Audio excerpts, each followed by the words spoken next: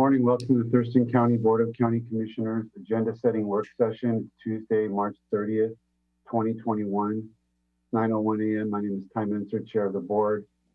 I see Commissioner Carolina Mejia through the Zoom, as well as County Manager Mira Chavez and Assistant County Manager Robin Campbell. And I assume Commissioner Edwards, there he is. All right, we've got a full house.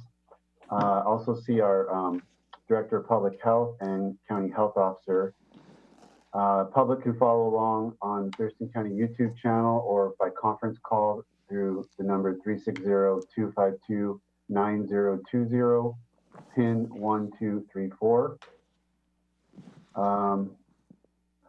We're slated from 9 to 12, and we have several items that will be held in executive session toward the end of that block of time. But we'll start with our standing COVID-19 update. And I'll turn it directly to Shelley Slaughter, Director of Public Health.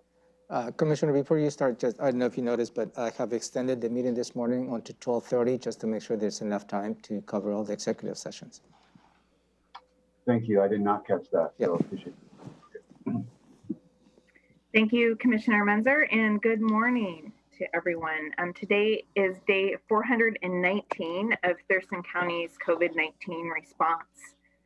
In Washington state to date, there have been 362,385 Washingtonians that have tested positive for COVID-19, with 5,226 that have lost their lives.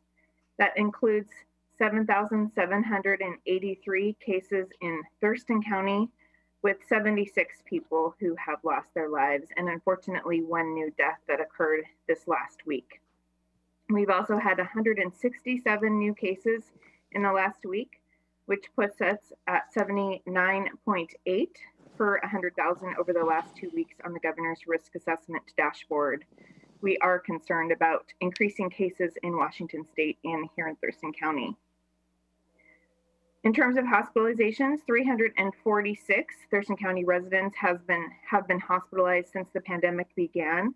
Our current hospitalization capacity in the West region, which includes Thurston, Pacific, Grays, and Mason, and not Mason County, and Lewis County, is 83.9% of all of our hospital beds are currently occupied, with 7.1% of those acute beds occupied by COVID patients and 9.3% of our regional ICU capacity occupied by COVID patients. There have been 50 congregate care outbreaks to date in Thurston County, with 2 that our staff are currently investigating. In terms of vaccinations, there have been 119,570 doses of COVID-19 vaccines administered here in Thurston County.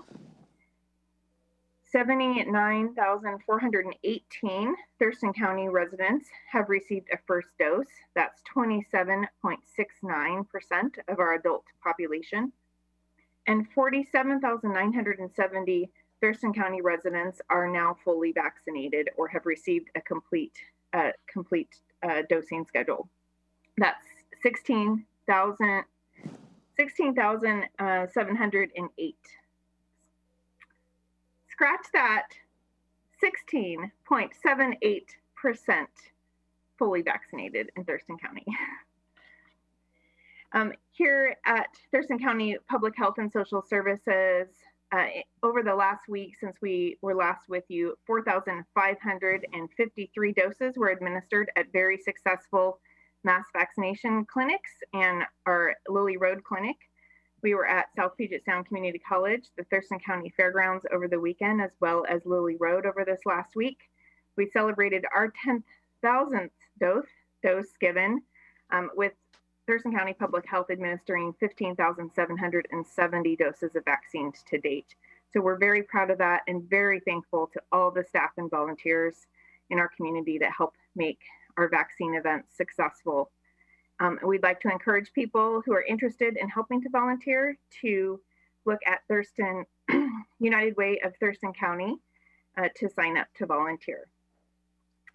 Also wanted to share that over this next week here in Thurston County, from our Washington State Department of Health allocation, we expect to receive 10,920 doses of vaccine for our Thurston County region. That's all vaccine providers in Thurston County.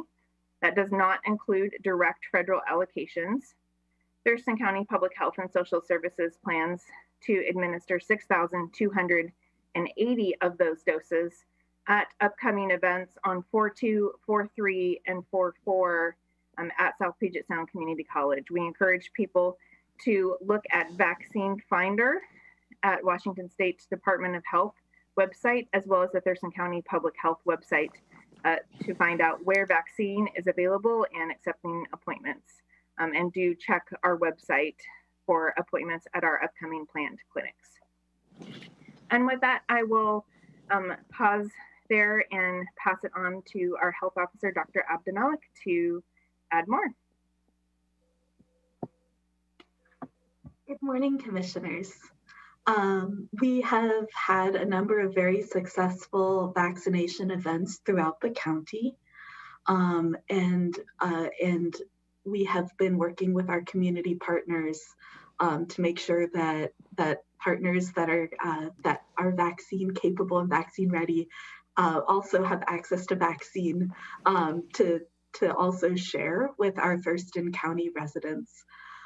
We are seeing, so while that's extraordinarily good news, and I've been so heartened by how many of our fellow Thurston County residents have been accessing vaccine and the proportion of our county that has been vaccinated thus far, we are seeing an increase in cases here in Thurston County, with 167 cases reported in the past week, which was over the cases reported the week before. So even though we're making great strides in vaccination, it's important that we continue to maintain all of the same safety and mitigation measures that we've been following since the beginning. So distancing 6 feet or more from non-household members when in public, mask wearing in public, staying home when sick and getting tested, following the CDC quarantine guidance after traveling, and avoiding non-essential travel when possible. In addition to avoiding medium to large gatherings.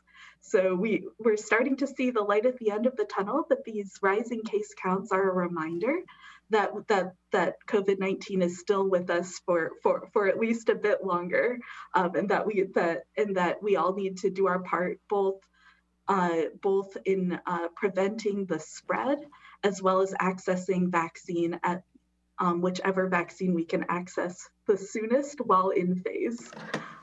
So with that, I'd like to say thank you so much, and I'm open to any questions. Commissioner Mejia, question for the board, for Dr. A or Shelley. I do. So my first question is, I guess, what are the vaccination events for this week that are scheduled? So we have large-scale mass vaccination events scheduled for Friday, Saturday, Sunday, and Monday. Saturday and Sunday are second dose events that correlate with our preceding clinics. Friday and Monday will be first dose events. We are looking to see if there's the possibility of adding more events this week. Next week as well, and we'll update you as those events come online. Thank you. I saw that President Biden is set to announce that 90% of adults will be vaccine eligible in the next 3 weeks. And I just wanted to see, if we're prepared for that, and what is needed on those fronts, and what's going to be the impact. Sure, I'll jump in on that one.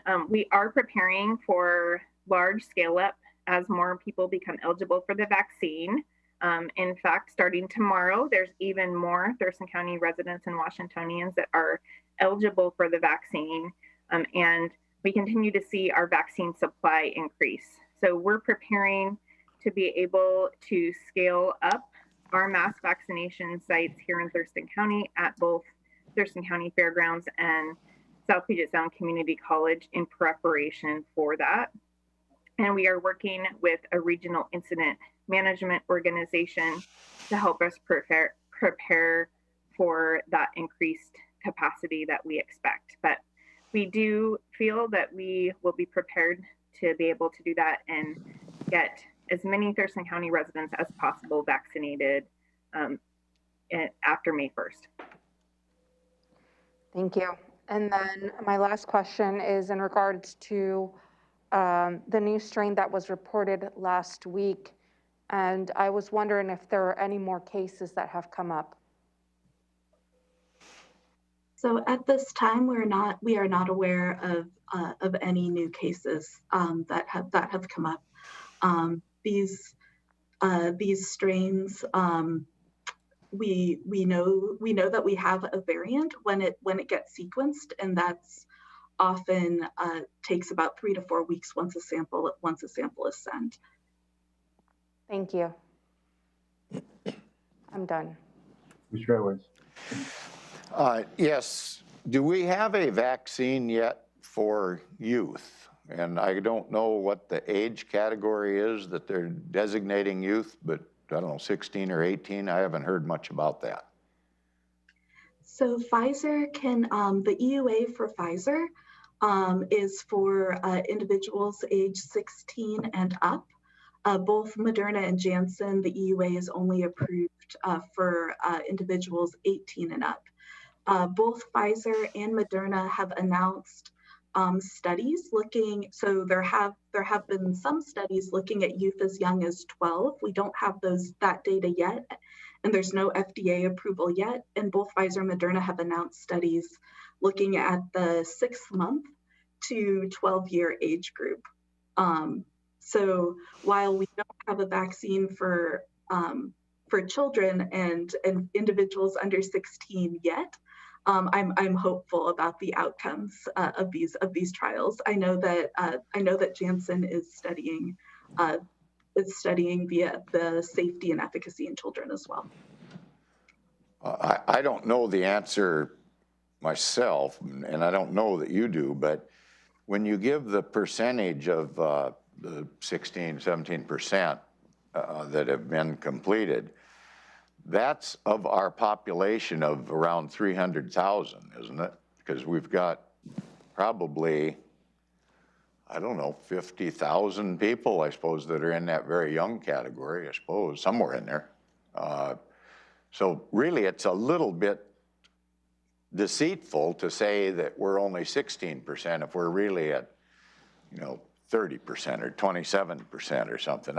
I'm trying to keep the public completely apprised of where we're at all times without kind of scaring them too bad. So do you know the number? So I don't have, so the number of individuals that are fully vaccinated is 47,970. And 79,148 individuals have initiated vaccination. And that's of Thurston County, those are individuals living within Thurston County. So we're still, our overall population that we intend to vaccinate is quite a bit higher than 16%. I mean, I don't know what it is, but it's probably closer to 30% by the time we figured all that out. So I just like to have the public know where we're at. We're never going to vaccinate those kids, apparently, unless something new develops. Did we used to vaccinate kids for the flu in a normal flu season? Yes. So Children. eventually we will get there. Okay. That's it. Okay. Thank you. Thank you. The one thing I heard yesterday, it's kind of following up on Commissioner Mejia about the scale up, is that right now the federal government is sending vaccine to 17,000. This is nationally. I don't know what the Thurston County number is, but 17,000 pharmacies, and that's going to go to 40,000. So it's going to more than double. And I'm just wondering if you know, is that going to impact Thurston County? Are we going to have a lot more pharmacies that are going to be administering vaccine here in the next few days? So we do anticipate that it will likely impact Thurston County. We've seen the amount of vaccine flowing through this pathway increase significantly since it started, with approximately a little bit less than 2,400 doses for the past week coming through the federal pharmacy program to Thurston County, based on the numbers that we received. So we're anticipating that that number will definitely get bigger. I'm not entirely sure how many additional pharmacies that will be added, but we're anticipating that the amount of vaccine dispensed by our pharmacies as part of the federal program will increase. I guess my question hits at what are, apparently there are pharmacies in Thurston County that are not currently administering vaccine that might start, or that was kind of, I wasn't sure, like maybe we were already maxed out in terms of number of pharmacies that are doing that versus other places where maybe they weren't. But sounds like from your comment, there are pharmacies that are not currently part of this program, and maybe they will be, we're not sure. Is that accurate? Yes. Okay. I guess I would just close out just by sharing, I watched a lot of stuff about COVID-19 yesterday, kind of binged on kind of where we're at. And there was like a stream of really good news and a stream of really not as good news. And the stream of really good news was new data showing that the people who are vaccinated we're more confident that they're not being infected and therefore not transmitting it unknowingly. So that's fantastic news, frankly. But then the CDC's directors warning about what could happen between now and that kind of critical vaccination, point was pretty dire. It almost seemed like she was in tears, frankly. I wouldn't say that for sure, but she mentioned, a sense of impending doom and a very emotional presentation from the CDC director. So I just hope people are tuned in and make sure that we stay vigilant here in this last mile, hopefully what's the last mile of the long race that we've been running. So with that, I'll let you guys go unless you have any parting words. Oh, we have county manager. Hold on. Just a follow-up and a question. A follow-up to Commissioner Edwards. And I use his numbers. Let's say 50,000 of the Thurston County population is youth under 16. Comparing to those who have initiated doses, the 27.9% goes up to just about 31% of the eligible population at this point in Thurston County. So I just want to close that Commissioner Edwards' comment. And also a question for Shelley. The state is going away from having the face finder, and so that is the application to which every citizen will go in to determine whether eligibility or not to get a vaccine. Is that going to have an effect on how we're going to be issuing vaccines in the county? Do you know? Thurston County will still be adhering to the current phases that we're in, but we want to, along with the rest of the state, make sure that we're not imposing additional barriers upon people in terms of asking for proof to show the phase finder eligibility. So we really ask that people follow the honor system, read what the eligibility requirements are before you come to the vaccine, because we really want to make sure that those that need the vaccine and are at highest risk for COVID-19 have the opportunity to get the vaccine before it's open to everyone. Thank you. Okay, thank you guys. Thank you. We'll move to item 2 on this morning's agenda, which is homeless strategies update. I see Keely Marino is with us. Go ahead, Keely.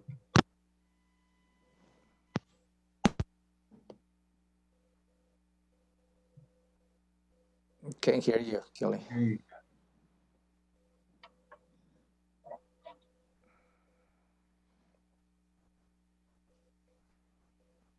You're still not coming through. Is this working? Yep. Yes. Okay, great. All right. Sorry about that. Keely Marino here with you from Public Health and Social Services. The update I would like to give today is on some folks that were suddenly evicted from their encampment in Lacey's UGA on last week. So the short version is on, I believe Tuesday, I was notified that from outreach workers that are part of our homeless crisis response system that there was a fairly sudden eviction of an encampment. And so discovering that, it's Lacey's UGA, I reached out to, and because it was sudden and the outreach workers were fairly concerned, reached out and was approved to help transition those individuals from that encampment, hopefully to better at least give them some respite or move them on to other housing options. We were able to find a hotel that was willing to let them stay for 5 nights. So originally it was 4 nights, we moved it to 5 so they were able to access services more easily on the day that they were, that they checked out. So we had, of the upwards of 27 people that were reported to live in that encampment, 9 people ended up taking us up on that offer. They stayed throughout the weekend and were supported by outreach workers. So I provided a lot of support to the outreach workers, to the hotel. I was available to them all weekend in order to meet each guest as they arrived to ensure that they signed proper paperwork and were understanding that this was a temporary stay, that this was just to help provide a little bit of respite while they moved on, hopefully, or had a moment to problem solve about what to do next. I was able to have several meetings with outreach workers that were familiar with these individuals. And yesterday, a number of them came down to the hotel to work with folks to make sure that at least they had touched and gotten touched into services or had a plan and to move on after the hotel. So I am aware that 3 people worked with Family Support Center's diversion and outreach specialists for coordinated entry, and one person was able to get to some family members somewhere else in Washington State through that program. And another individual was served by that program as well. And I'm not quite sure, I haven't heard the final report of where that person ended up. Another, we're still working with this gentleman to get him to Alaska to live with his family up there. And then another person was given access to treatment who was seeking it. So all in all, it was a very successful time that we could offer this support to these folks that were fairly destabilized very suddenly. And so I just really quickly wanted to make sure to shout out to Build a Bus Home, Interfaith Works Navigation Team, Partners in Prevention Education, OLI Mutual Aid Partners, Olympia Bupe Clinic, Family Support Center, and Providence. They all helped. They were all phenomenal support folks for both me as I navigated this with them, and then for the residents that stayed at the hotel. Yeah, that's what I've got for today. Commissioner Mejia. No questions for me. Commissioner Edwards. Kaylee, is the Family Support Center, is all that empty space that was over there, has that all been rented out or utilized now? In their new office space? Yes. I'm not 100% sure if it's 100% full, but I know that they are using and have been building out part of that building to provide extra shelter beds, and that is nearly completed. I do know the United Way is out there and a number of other agencies, but I don't know if it's 100% full. Do you know how many beds that's going to be? 10 extra beds. Okay, thank you. Keely, you mentioned Build a Bus, and that's a program that I saw when they were getting started, and I saw them when they were I was just curious how, it sounds like they're operational and assisting. I haven't seen I never saw their fully operationalized bus, or buses. I know they had a couple. Yeah, they now call that program, that part of their operations, Shower Power. which is a great name. And so they do a weekly shower between 10 and 2 on the west side of Olympia. And then also, I believe, twice a month out in Yelm. So Lisa Gelati is the executive director of that operation, and she was the one who was willing to stick it out and get people transported from the encampment to the hotel. So she hung on for a long time on Wednesday night. But yeah, that's what they're up to. Very cool. Thank you, Keely. Mhm. Anything, County Manager, before we let Keely go? No, thank you, Kelly. I appreciate the quick response. Considering the circumstances, I believe the quick reaction was on point. So thank you very much. My pleasure. Thank you. Okay, so we'll move to item 3, which is a review of next Tuesday's board meeting agenda. We will not be having a board meeting this afternoon. It was canceled at last week's agenda setting, and the action items were moved. Most of them, I think, were consolidated with last week's hearing, and one was pushed to April 6th, but we'll go through that right now. The meeting will be called to order at 2 p.m. Pledge of Allegiance to be led by Vice Chair Edwards. We will consider approval of the agenda and board meeting minutes from March 23rd. And at 2:05 or thereabouts, we will have a presentation from Public Works. And that will involve introduction of new Public Works employees. Yeah, thank you, Commissioner. Yeah, Scott Lindblom, the county engineer, will address the board, introducing several employees from many different divisions in Public Works. And again, this is always a good opportunity for you to meet, at least virtually for now, the new employees, and also give you the opportunity as a board to welcome new employees into Thurston County. I see Scott Lindblom's here, our county engineer. Scott, anything to add to this item? Not necessarily, just we will be introducing some fantastic new staff, both within the Office of County Engineer, our Financial and Asset Management Division, Solid Waste, Water Resources, and our Road Operations Divisions. Okay, thank you. Look forward to that. The public will have the opportunity to address the board following the Public Works presentation, and then we'll have County Manager update. Anything to say on any of those items?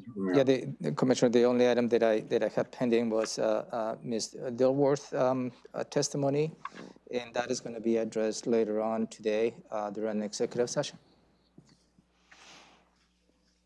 Okay, any questions for the County Manager on what we've got to so far from the board? No, sir. No, sir. Okay.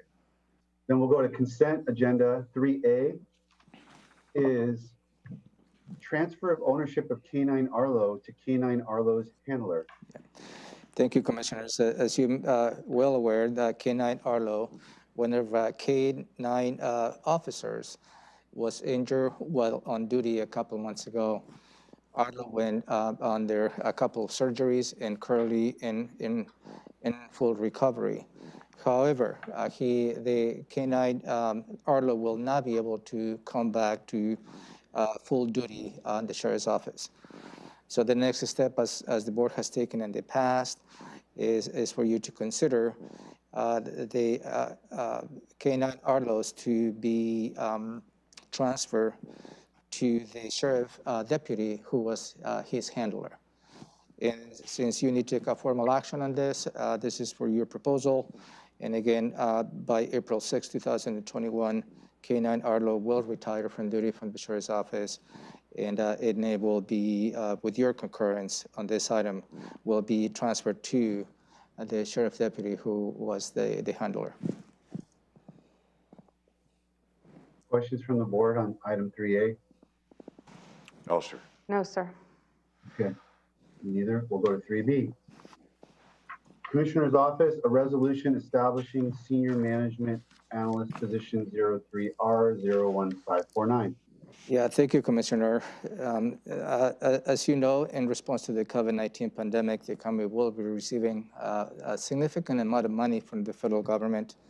It may be in the course of the years close to $100 million if you add the recent federal allocation directed to Thurston County, but also additional allocations that come through the state on 7 different grants to the Department of Health to continue to respond to the emergency as well as to continue to respond to the recovery related to the COVID-19.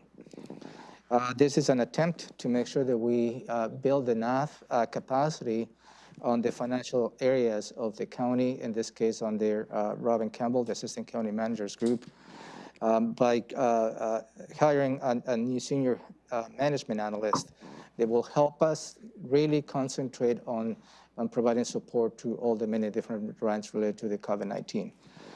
This is a well-needed resource that we need to hire. So if you have any questions, please let me or Robin know. But I believe this is a well-needed request. Robin, anything to add before I go to the board? I would just add that we're getting funding from so many different funding streams now, and each funding source comes with its own set of rules. And this is on top of everything else that we were already doing, and the county really needs an additional finance person to ensure that we're getting it all right. Commissioner Mejia, anything for Robin or Ramiro? No, sir. Commissioner Edwards? Yes, the funding source for this FTE. We'll pay with the COVID money that we're receiving.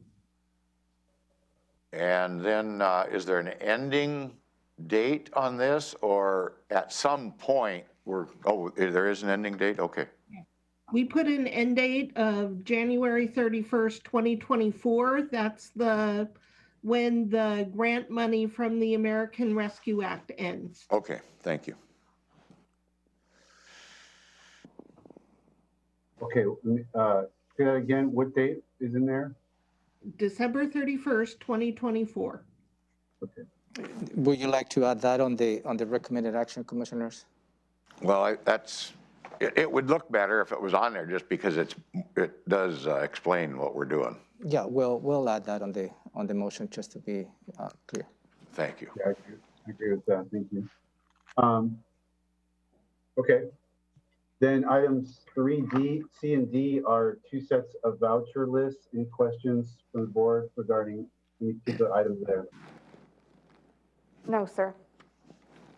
Okay. No. And I'll take us to item 4, Central Services, bid award for Courthouse Building number 5 parking lot. Thank you, commissioners, for your consideration. Is to award the contract to Becker Blacktop LLC from Sumner, Washington. And this is to provide asphalt repair on the parking lot associated with building number 5 here at the courthouse campus. On March 22, 2021, we received 5 bids. And Becker Blacktop was the lower bid with $58,000. We also included a couple of additives into the bid, which the overall request for you to consideration is to award a contract of $84,839,070. And that will include the additives, number 1 and number 2, as well as the sales tax and 10% contingencies.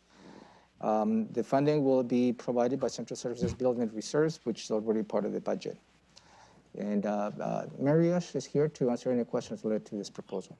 Yes, good morning. I am ready. Okay, let's start with Commissioner Mejia.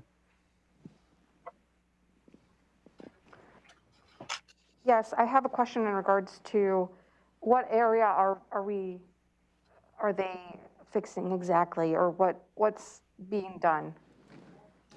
So there is building 5, which has drive-through. This is done. Everything else, which is parking lot, has really bad alligator skin, which really is asking for repairs. And I was aware of fact that this project is not quite popular, so I was able to ask for alternates to limit scope if necessary. But fortunately, we get very low bid I had bids between practically for base bid 50,000 up to 120. So I was not even expecting in current climate such low bid. And I think we have opportunity to do this right. If I will get direction to limit scope because of cost, we still can do it by not using the alternate one. But the base minimum, this $50,000 price tag, each year when we waiting, it's getting worse. And we have, as I understand, plan to use the space for election, and traffic will be demanding.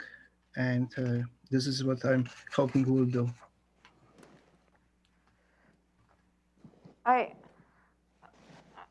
Maybe Ramiro or Robin could explain this to me, because I'm confused on, I thought that building was going to be used for other purposes and not for elections. Right. The elections is a temporary location. The county auditor agreed through the end of this year until we find a more semi-permanent location. And as part of the space needs proposal, they will be discussing later on. That's part of the overall plan.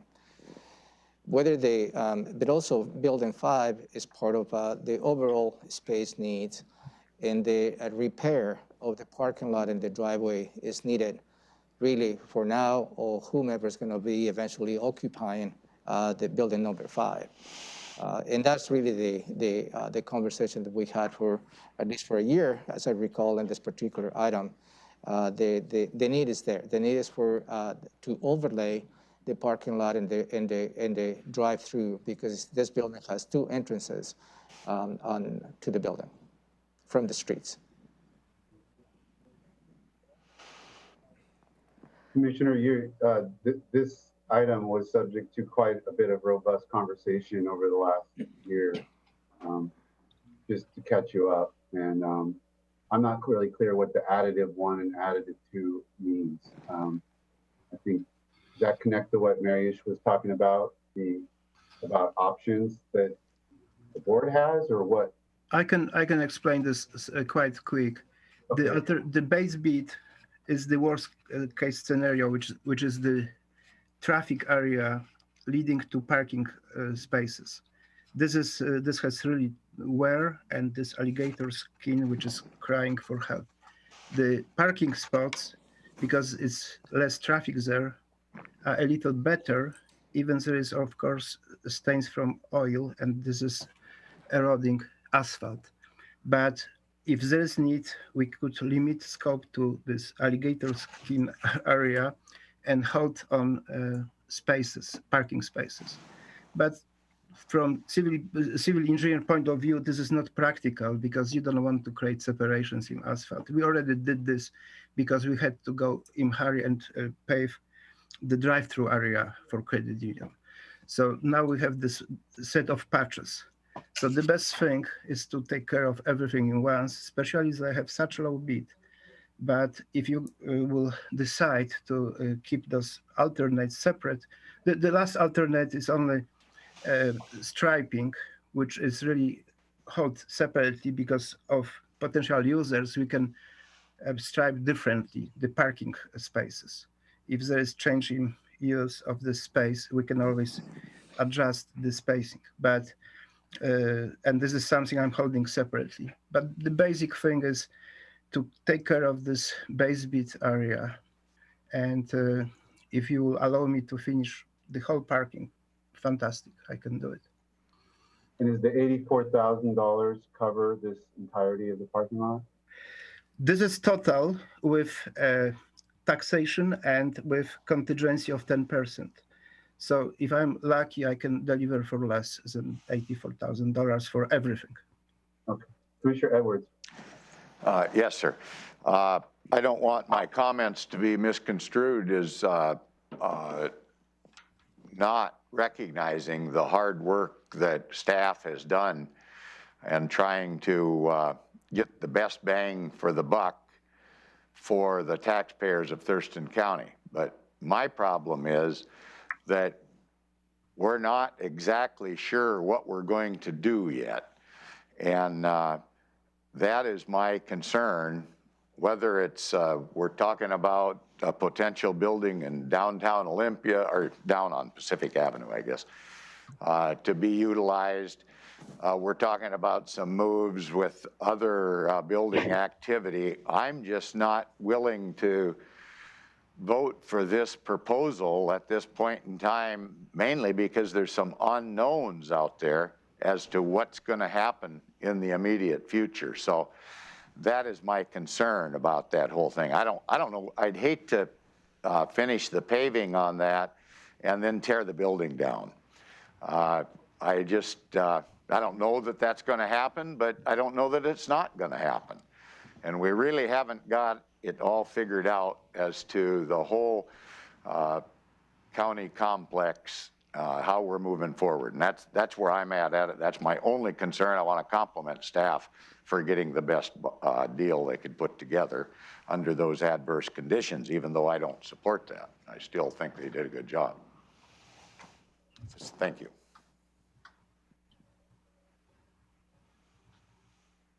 Anything else, Commissioner Mejia? No, sir.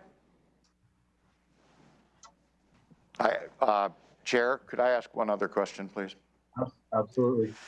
Are we up against a time frame here on awarding a contract? I mean, if we don't do it for a month, say we did figure things out a little closer, would we still be able to have this same bid at a future date? Do we have like 30 days, 60 days, 90 days, something like that, recognizing the cost of asphalt changes? And so I guess that'd be a question maybe to staff. So we'll look into how long the bid is good for. Generally, they do have a time limit on them. And I don't know about this particular one. We'll find that out and get back to you. There is still weather reason. We try to do this in spring season when it's good weather for asphalt jobs. And usually the time for bid is between 30 to 90 days. We indeed have to double check in our contract, but there is time limitation for sure. Especially right now, those asphalt prices are related to season as well. Right. So there's the seasonality of when we can do the work, and then we've worked with the auditor to ensure that the work would be done at a time that would not impact the work of the election center. Okay, thank you. So I guess I'll just comment that there was a very good discussion about this last year about whether or not to move this bid forward. And I remember thinking about it pretty carefully. I think ultimately coming down on the side of going forward. I don't think I've learned anything that would cause me to want to change that direction. In terms of this bid, and what Mariusha described seems like a positive development, if anything. So I guess I'm comfortable having it go forward. To me, that decision was made last year. It was a close call, if I remember, and I think it was a split vote, but we did move it forward, and I don't see a reason to do anything differently at this point. I mean, the only thing, I guess, the question is, definitely understand the argument to do the whole thing if we're going to do it.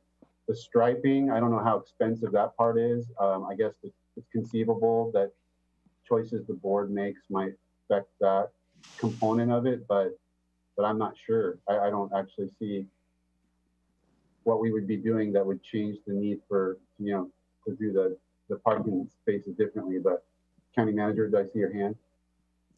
No, sir. No, okay, sorry. All right.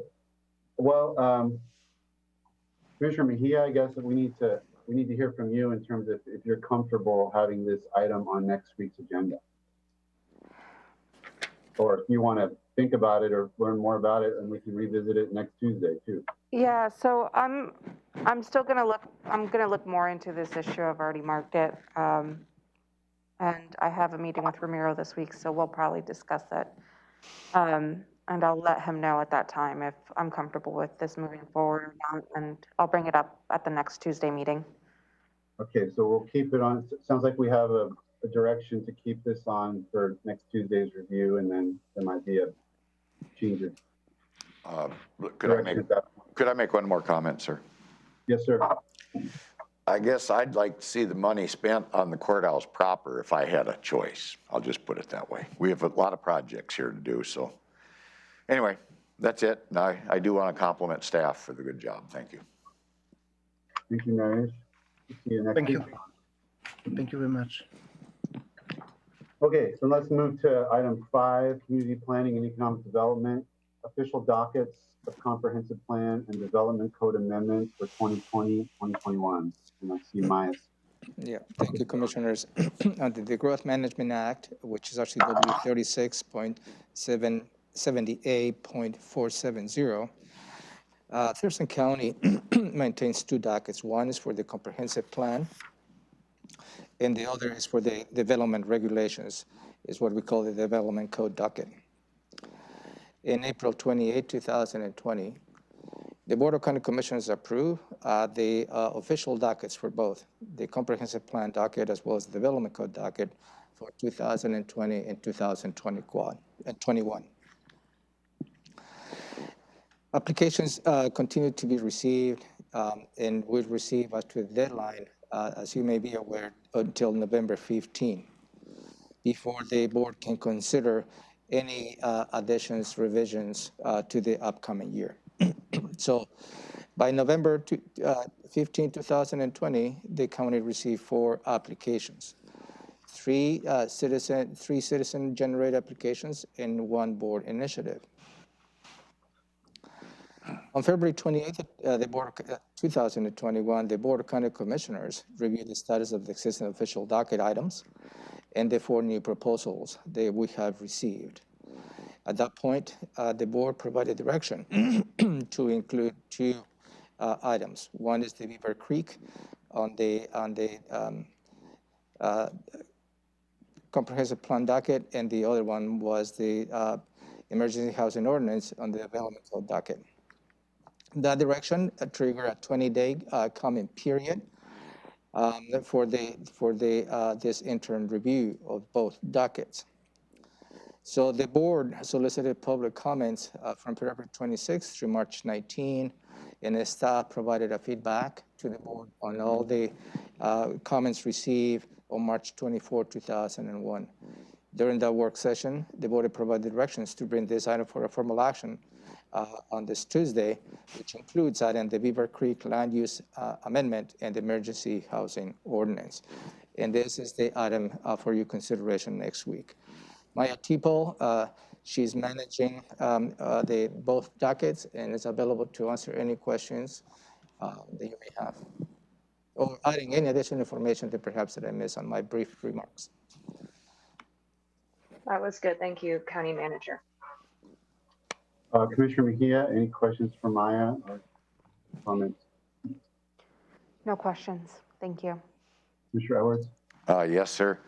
I guess I would ask Maya or maybe the county manager, I have consistently been opposed to the emergency housing ordinance because it allows camps out in the unincorporated area of Thurston County. And on the other hand, I am in favor of the Beaver Creek issue to get the information that we could review this. I'm wondering how come we have a consolidated action here, which forces a problem on the vote. That has been the past practice. I think you exercised your vote on March 24th, which is recorded. The way you voted, the Beaver Creek was a unanimous vote to include that on the docket. The emergency housing ordinance was a split vote in which Commissioner Edwards voted against it. We can probably have 2 items if you like to exercise that way. That's not a problem whatsoever. This is just how we have approached in the past, so I will leave it up to the board to provide direction if you'd like to have two different items, one for the comprehensive plan docket and the other one for the development code docket. That is not really an issue.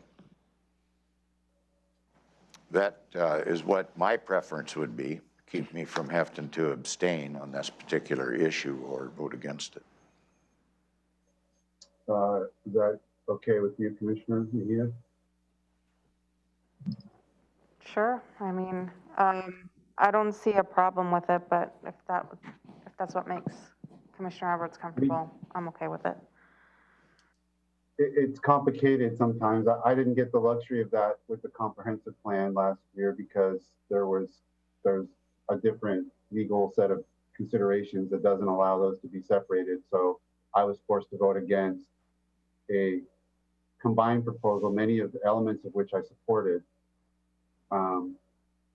So I feel like it's always, if it's possible to do it, and I saw Maya nodding, so it sounds like we're okay to do it this way in this particular instance. So that works for Commissioner Edwards. That's fine with me. Okay. So you will have two items next week, Commissioners. Thank you. Okay. 5A and 5B, I guess. Okay, then we'll go to, thank you, Maya. We'll go to item 6, Public Health and Social Services, Rent Assistance Contract with Department of Commerce. Yeah, thank you, Commissioners, for your consideration. Is an interlocal agreement between Thurston County, the Washington State Department of Commerce, to receive funding from the Treasury Rent Assistance Program, also known as a Twrap. And this is for $10,221,939. The board have exercised previous decisions to allocate this funding through the Community Action Council in the order of just about $20 million. This particular item is just is the instrument in which we can secure the money coming from the Department of Commerce outside of the direct allocation that we receive early in the year of just about $9 million. So this is something that I believe the board has supported. And again, this is just an administrative step for you to authorize this agreement with the Department of Commerce. And this is the legal instrument in which we can receive that money coming to the county. And this is specifically related to provide assistance, including rental areas, utility and home energy cost, utilities and home energy cost areas, and also any related expanding housing. And all this is related to the COVID-19 impact to some of the tenants they have been facing, not being able to pay their rents. As a matter of clarification, I believe you're tracking, and also for the public's benefit, when a tenant requests any assistance related to rental assistance, utility assistance, there is not a direct payment to the tenant. It's a payment to the landlord as well as to the owner of those utilities. So it's just going to clarify that is the intent of this program. And the Community Action Council has been very successful in making sure that we provide assistance to those in need as a result of the pandemic here in Thurston County. Tom? Good morning, Commissioners. Tom Webster with Public Health and Social Services. So one correction that we actually just received from Department of Treasury yesterday that I want to update is they've extended the expiration date for these funds. So these funds will now be able to be used through September 30th of 2022. Okay. Previously, they had been set to expire at the end of this year with a 65% needing to be spent by September 30th. We just got an email last night that they've extended it through September 22. So I'll correct that on the AIS for next week, but I wanted to provide that update as well. Good news. Questions for Tom on this from the board? Yes, I guess I'll go. I guess I was confused because I thought that we had already received this money, or is this something, is it extra money, or is this what we were talking back? So what? January. Go ahead, Tom. Yeah, so we've received, so under the Treasury Rent Assistance Program, we've received money under this program from two different vehicles. One is we did receive a direct allocation of that $8.7 million. That is money that you have seen and we've approved, and we've contracted with Community Action Council for those funds. This allocation comes through the state through the Department of Commerce. So we were anticipating the second allocation via the Department of Commerce. We just received the contract. We've been talking with the Department of Commerce for the last several weeks about this program. They've been putting together their guidelines and implementation plans, but we've just received the actual contract from the Department of Commerce for these funds. So they come from the same Treasury program. They operate under the same program rules. One was just a direct allocation to the county, and this one comes through the state. Okay, thank you, Tom. Commissioner, perhaps what you may recall is the board took action and amending the contract with Community Action Council. Correct. Which includes, I think that might be probably what. Yes. Yeah, because we were anticipating this money, and as opposed to just come back to you with many different amendments with the Community Action Council, we just encompass the overall contract, knowing that this money is coming. So, and it's just a legal instrument with the state. Perhaps that's what you're recalling, Commissioner. Perfect. Thank you. Commissioner Edwards? No, thank you, Tom. I'm good. Okay. Thank you, Tom. I'm good. Okay, thank you. We'll go to item 6B, amendment to Regional Housing Council interlocal agreement. Let me take you back, Commissioners, back to September 1st, 2020. I haven't used that phrase for a little while. But that's when the board approved the interlocal agreement, which formed the Regional Housing Council, which is a representation from the cities and the county where elected officials meet to have a conversation as to how we can address at the regional level the housing needs here in the county. That particular contract, the board approved back in September 2020, didn't speak about the $1,406. And at that point, we thought that perhaps we needed to develop a new instrument that would be a new interlocal agreement to address the new SSO 1406.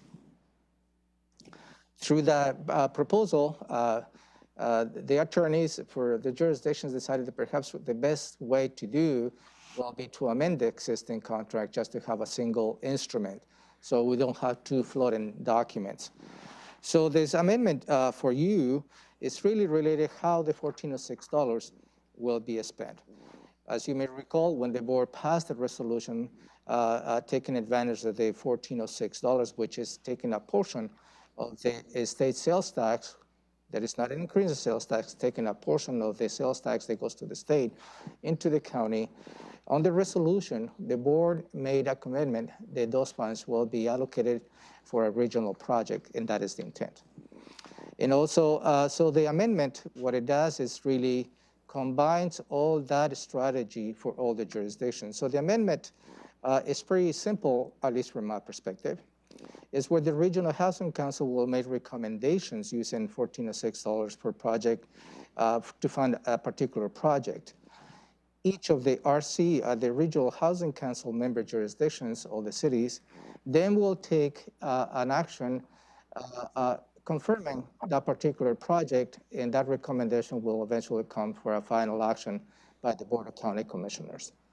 Is a simple add-on to that agreement that specifies the steps as to how the $1,406 will be. And also there is a commitment from all the jurisdictions to bring their $1,406 to the regional project. Tom? I think that's an excellent summary, so I don't have anything to add. Commissioner Mejia? No questions. Thank you. Commissioner Edwards? No, sir. Good job, Tom. I'm curious can you remind us, if you happen to have it handy, what the county's $1,406 looks like, and then what that number turns into when we pool it with the cities? I know it's based on sales tax, so it's not necessarily a fixed amount, but can you just give us a sense of scale? Yeah, so last year in 2020, the county collected, it was around $340,000 in 1406 revenue. I don't have specific numbers for all the other jurisdictions, but the original estimate was that at countywide, we would collect around $800,000 per year. And these are funds that last for 20 years. So for 20 consecutive years, we will be collecting this amount, whatever it is, and $800,000 combined was the guesstimate. Correct. Okay. But also what I think this legislation allows for bonding. If the regional housing council has a regional project, there is an opportunity to bond all the revenues for the next 20 years. So, and that is always a good option to have. And also going back to the 2020 allocation, as Tom stated, about $340,000, you may recall the board took an action early in the year to allocate the funding to build a bridge on the rental assistance, utility assistance with the Community Action Council, which has proven to be very beneficial until we get the additional federal funding. So that is the history on the 2020 allocation.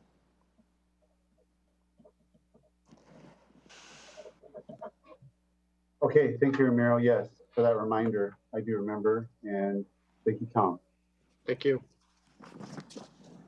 Okay, that'll take us to our final substantive item for next week's agenda. It's under Public Works, and it is a resolution and called for sealed bids for the Vale Road Southeast Improvements Phase 2 project.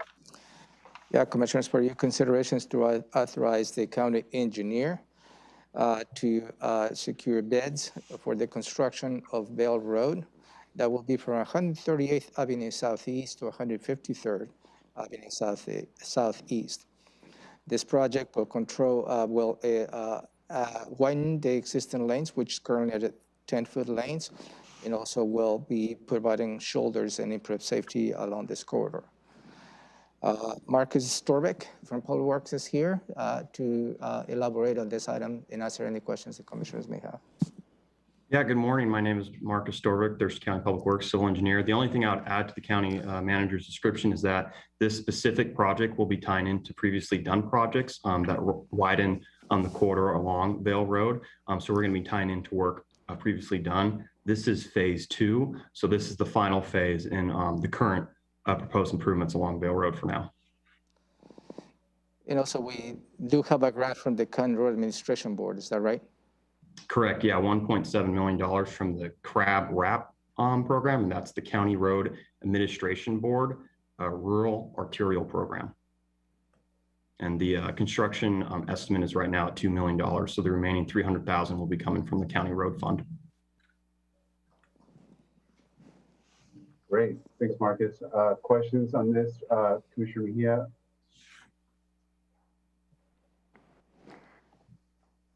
No questions so far. Okay, Commissioner Edwards? No, sir. Okay, good to go on that. Crab wrap. Crab wrap, yeah. All right.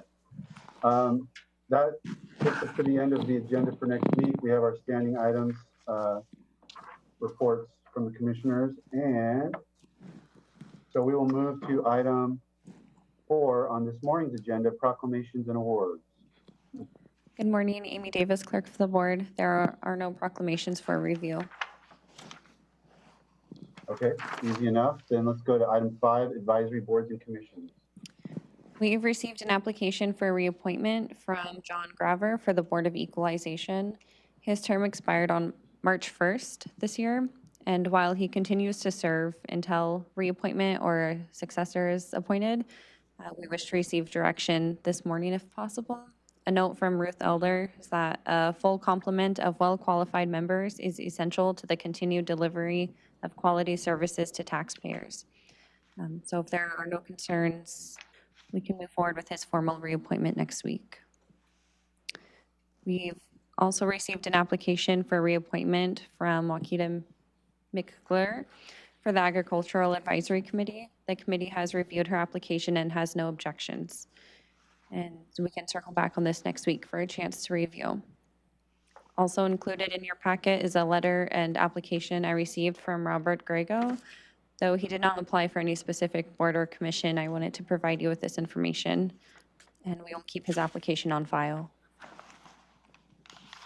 Are there any concerns on moving forward with John McGraver or Ms. McClure's reappointments?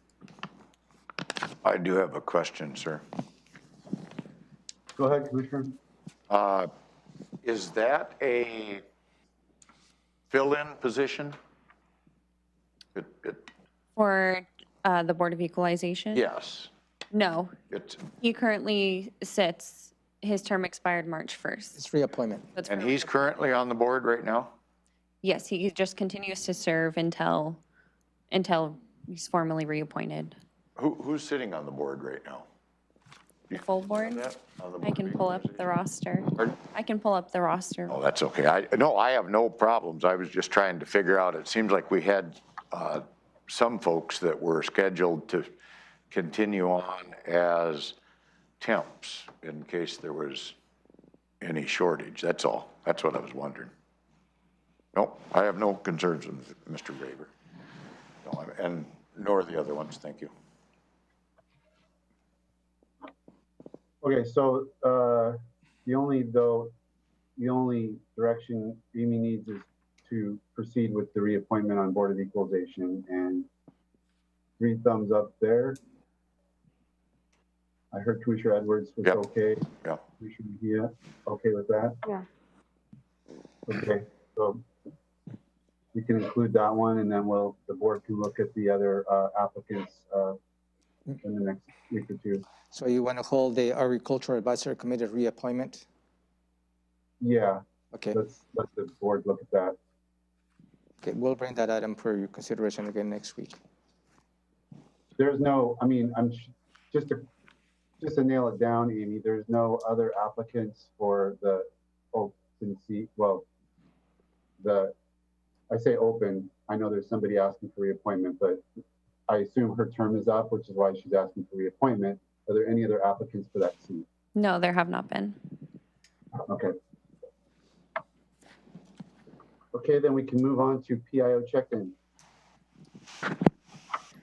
Good morning, Commissioners. Megan Porter, Public Information Supervisor. I'm currently in the process of drafting the communications plan for the Regional Housing Council. I've set up a meeting in April to review and approve the plan with the comms team perspective, and then I'll send that off to the full council for review. I've also moved and redesigned the council's website. It's now located under the Board of County Commissioners site as opposed to Public Health, so I can manage that webpage now. It's currently with the comms team for review, but I'll send to the council once the communications team is okay with it and ensure that the jurisdiction's website links are updated before we delete the old page. I'm working with law and justice staff to provide information to Thurston Talk for an article on Thurston County's response to the Blake decision. I expect that article to go out in a week or so. And then lastly, our social media received a lot of traction last week. We saw a really good increase in followers among all of our platforms. There wasn't necessarily a reason for that. We're just happy to see that it was a good increase last week. Our most popular Facebook post was announcing the 41 job openings at the county. It had 109 shares and more than 500 clicks on the link. So we know that people are looking for employment at Thurston County. So that's a good thing. Pending any questions, that's all I have for you. Questions for Megan? The board? No, sir. No, sir. Nope. Okay. All right, then let's try to do our legislative update, item 7, and then we'll take a short recess. Go ahead, County Manager. Yeah, I have updated the report. I am not going to go through each of those items, but I'm just going to highlight some for your consideration on page 1. That's the engrossed substitute House Bill 1056. This concerning open public meeting notices requirements, declare emergencies. Passed the House, is currently on the Senate, and they have on the second reading was scheduled for last week, and I have not seen the response to that particular item, but it's moving forward. Moving to page number 2. The engrossed substitute House Bill 1070 0. And this is modifying the allowed use of local taxes revenue to affordable housing and related services. Passed the House, and it's in the process of moving through the Senate. I'm expecting that will pass as well. Moving to page 3, that is the second substitute in Gross House Bill 1152. That is related to the Creative Comprehensive Public Health districts. Last week, I reported that although they passed the House and the Senate, they were not going to have a hearing on the striker option that was awful. The Washington State Association of Public Health Officials suggested. Well, that has changed. And in fact, there was a hearing. It will be a hearing. They will consider the striker, tomorrow at 1:30. And so the position is that perhaps there is going to be a move afoot. They perhaps may be considering the striker of this bill. And as you may recall, this bill is also tied to revenues related to the Foundation of Public Health. And if the striker is approved, then is a good bill that perhaps to support it. The WASOF is going to be testifying in support, as well as WASAG in support of the striker version tomorrow. And I will keep you posted as to the outcome of that particular conversation. Also, House Bill 1167, that's related to the additional judge here in Thurston County. The House passed that almost unanimously, and the Senate is holding a public hearing for Thursday at 1:30 in the afternoon. I believe Judge Price, the presiding judge for Superior Court, is planning to testify on support of this bill. I'm expecting this will move through approval by the Senate as well. And could I have a comment on that one, sir? Go ahead. Is there any chance, we're looking at the leased court space that we're doing now because of COVID-19 and billing it to that fund. Is there any chance until we are completely over any of the COVID-19 effects that are being had on our criminal justice system, many cases delayed and such, that we might be able to make the first couple of years payment on our portion of what we pay towards a new judge out of that COVID fund? Could we take a look at that and see if that isn't a valid expenditure? We can certainly look on that option, and that as you may recall, you put some money in 2021 just to make sure that the legislature supports that, and that was a commitment by the board.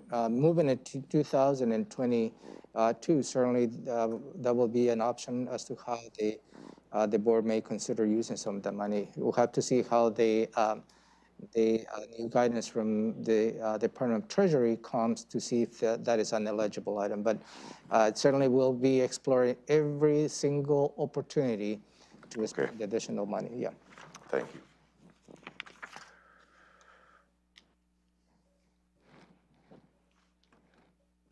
Go ahead, I interrupted you, sir. And the last item that I have is related to the court impact fees. That is included on the operational budget for the House as well as the Senate.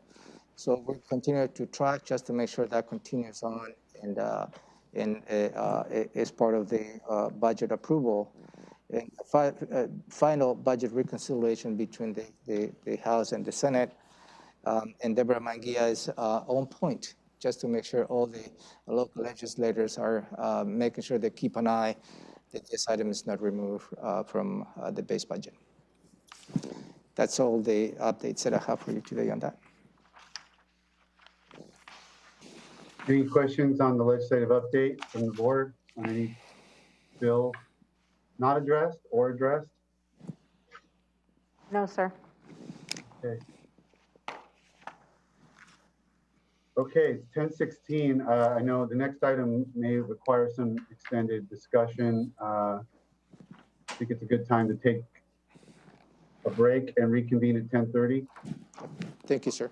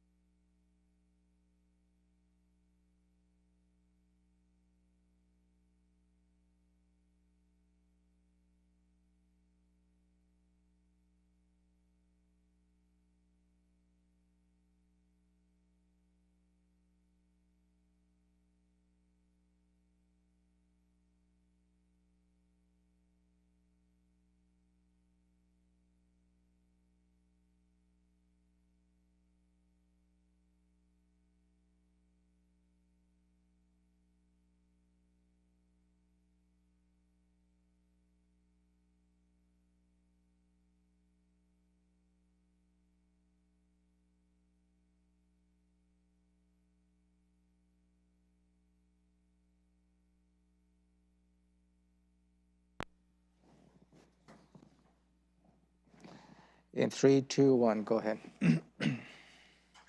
Okay, welcome back to the agenda setting work session, Thurston County Board of County Commissioners for March 30th. We're picking up with item 8, and that's briefing, public hearing, decisions pending. We have one item listed, space needs proposal, based on a March 17th briefing. Yeah, thank you, Commissioners. Just to give you a perspective, I'm going to walk you through briefly as to the briefing that related to a proposal on the space needs for the courthouse that I provided to you March 17. And following to that, I will be providing additional information for you. Considering the information I will be providing to you, I am not going to be asking the board to make a decision today because I think it deserves a little time for you to consider the additional information that will be providing to you today.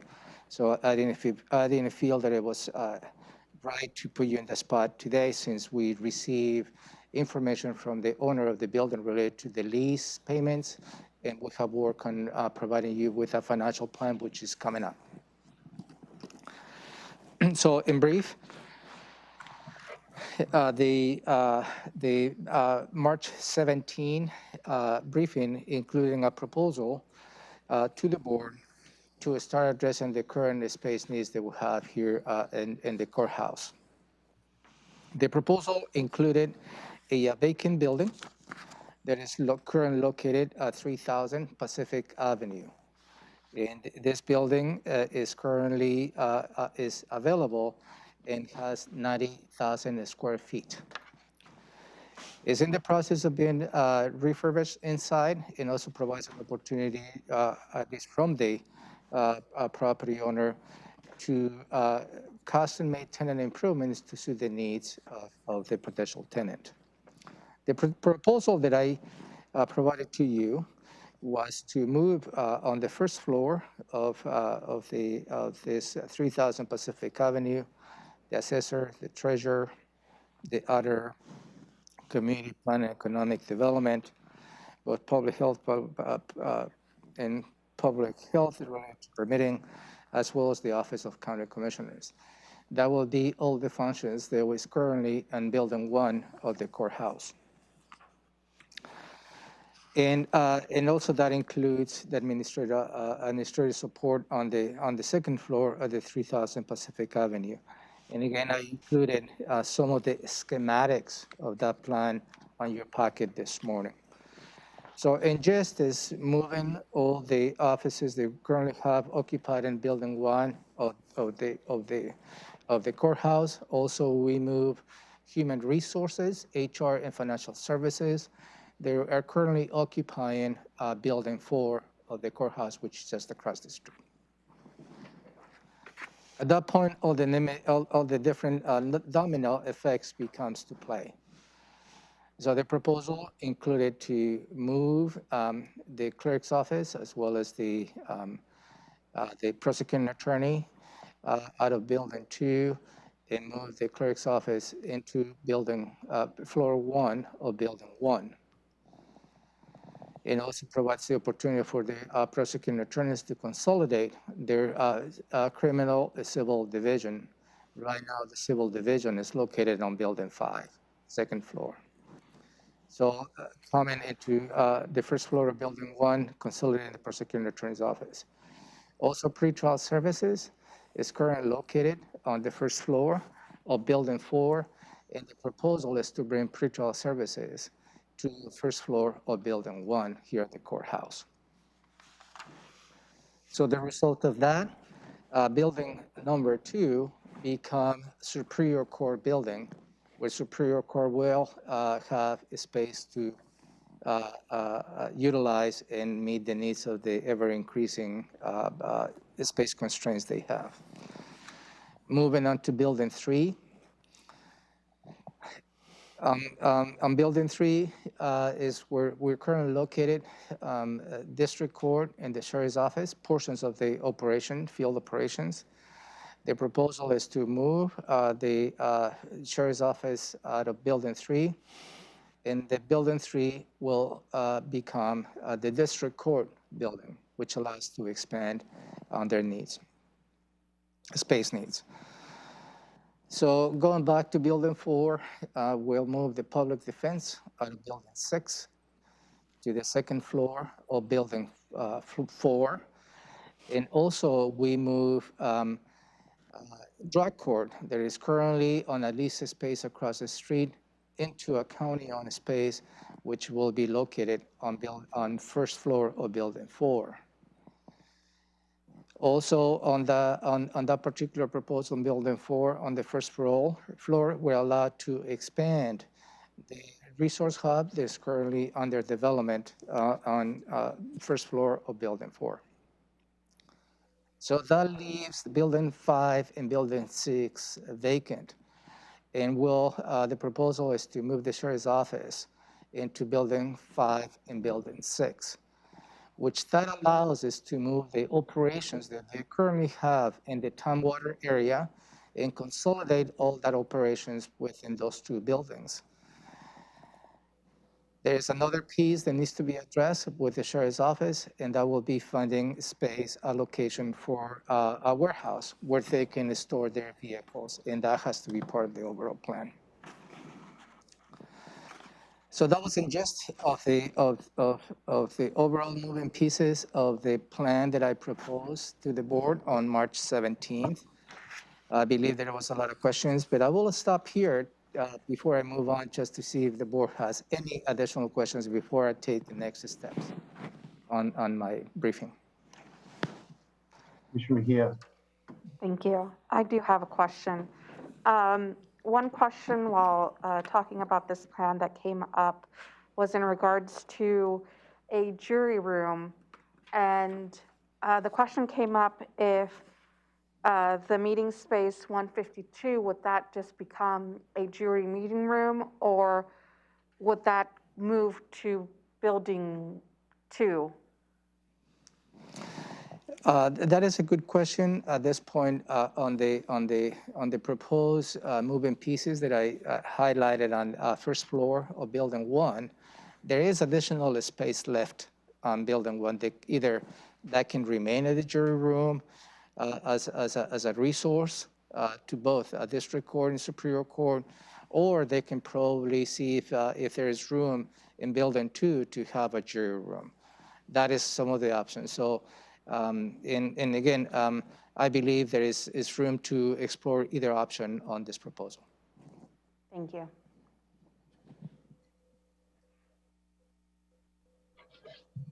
Okay, any other questions for Amira at this point? I do not have any. Yes, sir. Go ahead, Commissioner. I think that this is such a monumental move that we need to schedule an extended work session on this issue, you know, and watch you do your magic on a whiteboard and spend quite a bit of time on going over all this, so we're not rushed, pushed, whatever you want to call it.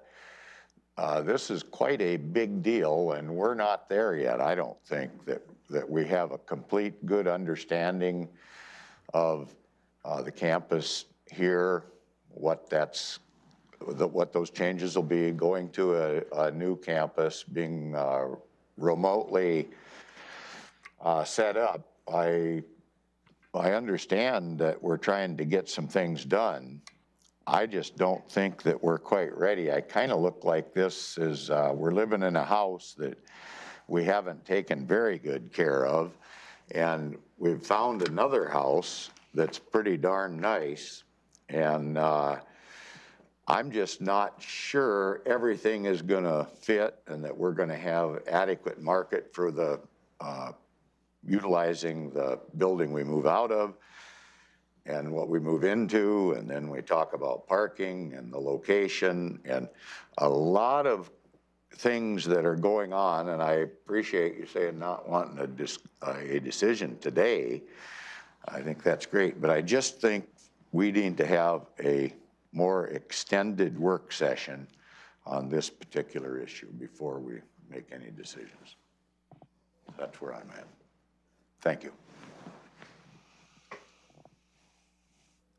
Go ahead, Romero. So after the March 17th briefing, I believe the board wanted to take two steps. One, Commissioner Edwards and Commissioner Mejia wanted to actually pay a field visit, which I believe they did. And I will let them comment on that particular visit to this potential building, where the owner was available to answer any questions they may have. Also, to make clear, then that was because I had already done it. yeah, previously. thank you. Yeah, you stated that you have already done it, and Commissioner Mejia and Commissioner Edwards did not. Could I clarify something, sir? Yep. I just don't want the public to think that Commissioner Mejia and myself were there together in conflict with the Open Meetings Act. We apparently did this separately. Yep, well, you and I visited on Friday, and Commissioner Mejia and Robin Campbell visited on Monday. Okay. Thank you for the clarification, appreciate it. Thank you. So also, you left it that we need to bring back some financial information to make sure that before we ask the board to weigh in on the go ahead or not, you need to have an understanding as to what the financial implications will be, because there is a higher cost on the lease. There is going to be an impact on the general fund, and we receive information to some details from the property owner related to the lease and some tenant improvements. And that took us a little time. Thank you, Robin, to work late and early this morning just to come up with an overall proposal. We're going to be walking through a lot of financial information.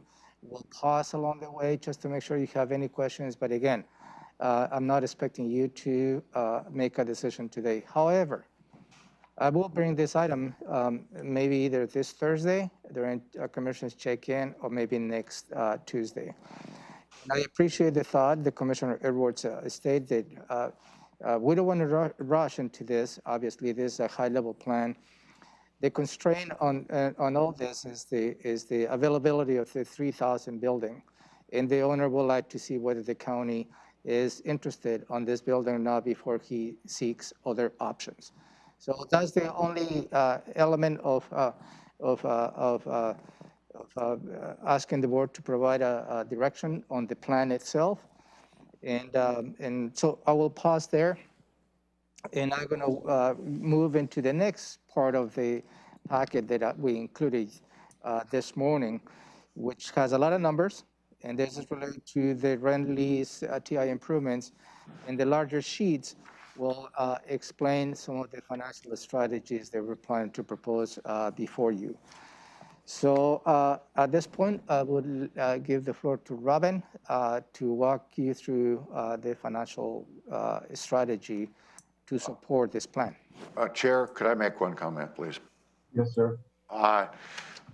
Before Robin gets started on that, you mentioned a number, 90,000 square feet, and I seem to remember it was like 88. Not that that's a big deal, but you've got 2,000 set aside for the Board of Commissioners, and I'm just wondering, is that part of it, or did I mishear something when he was explaining, or are you thinking it's 90,000?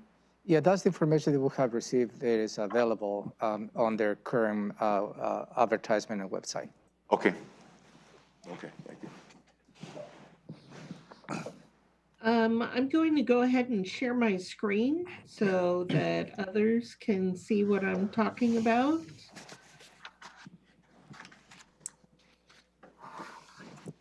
So this is the outline of the price. Hey, Robin, we cannot see your screen.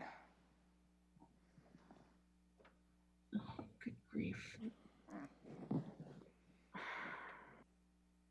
It says that I'm sharing and it will. Yeah, you're sharing it, but nothing is coming through. You may have a different screen. Yeah, I see this. And now it won't. Let me see if Did it stop sharing? Yeah, it stopped Okay. sharing. It stopped sharing. Okay, so I'm going to try again. Screen 2. Do you see a worksheet now? Yep. Oh, excellent. Okay, so this is the price that we would pay every year for rent. As you can see on this worksheet, the square footage is 90,000 as in the advertisement. We would start with this rental rate does not include tenant improvements. This assumes that we would pay tenant improvements ourselves up front rather than build it into the ongoing cost of the rent.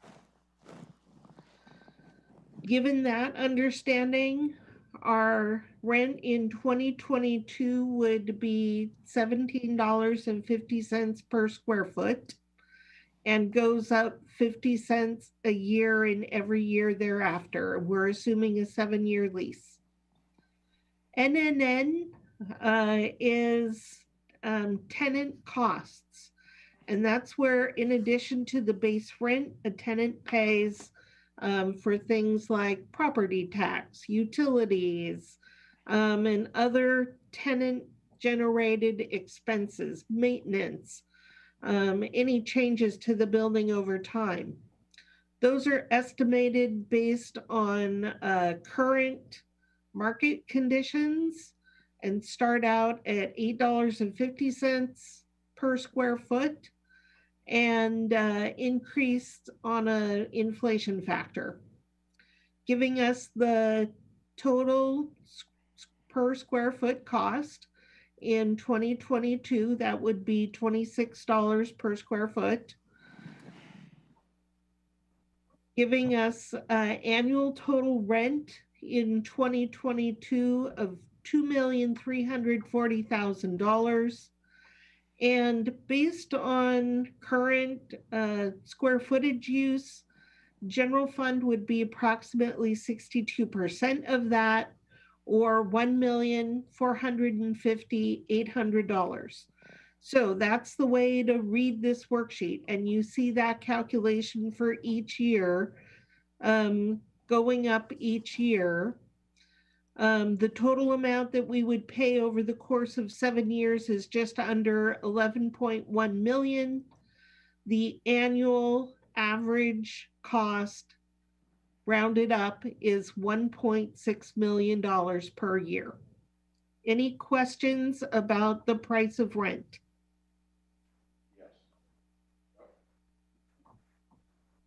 Just jump in, commissioners, if you have questions. Oh, okay, I do have a quick question.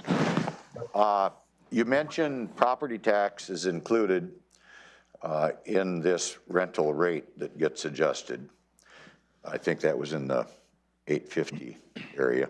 Anyway, what is the difference between if we owned that building and did not pay property tax versus if we were paying the property tax for the person that does own the building? How much, when you talk about that $8.50, it's coming out of that.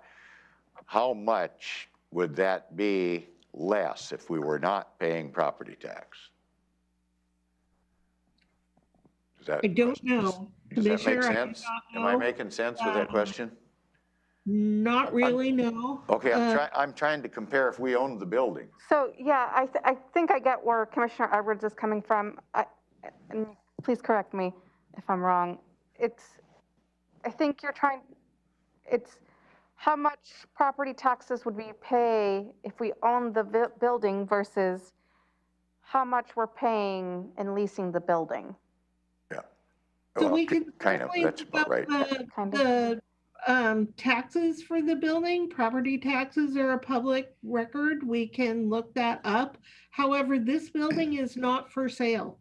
We asked, and the owner has no interest in selling it. Right, I realize that. I'm just wondering if we're paying the property taxes versus if we built our own building and owned our own building, what would that difference be? Is it a substantial part of that $8.50, or half of it or a third of it? That's all I'm wondering about, because that figures out into the annualized rate, and then accumulative after 7 years, it could amount to a lot of money. That's all I'm trying to figure out. I don't need that right now, but I think it's worth asking.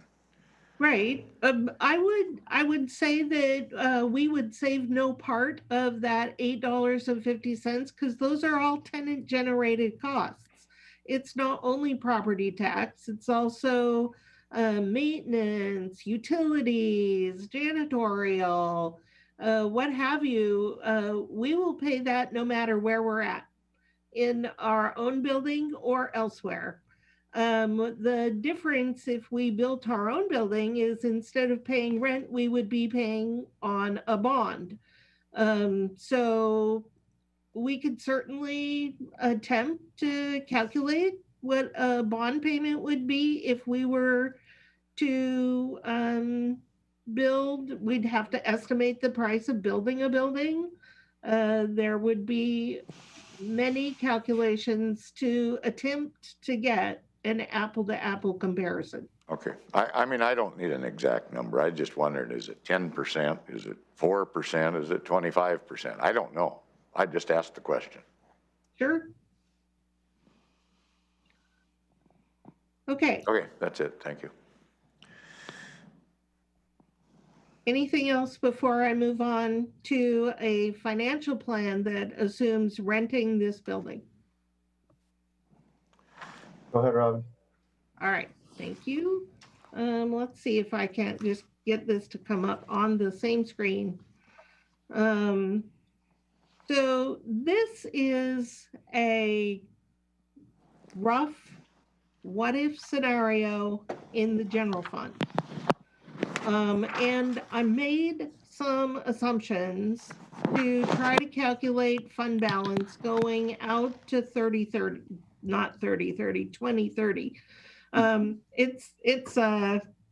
You know, these are the kind of years that when you're young, you never think you're going to see them.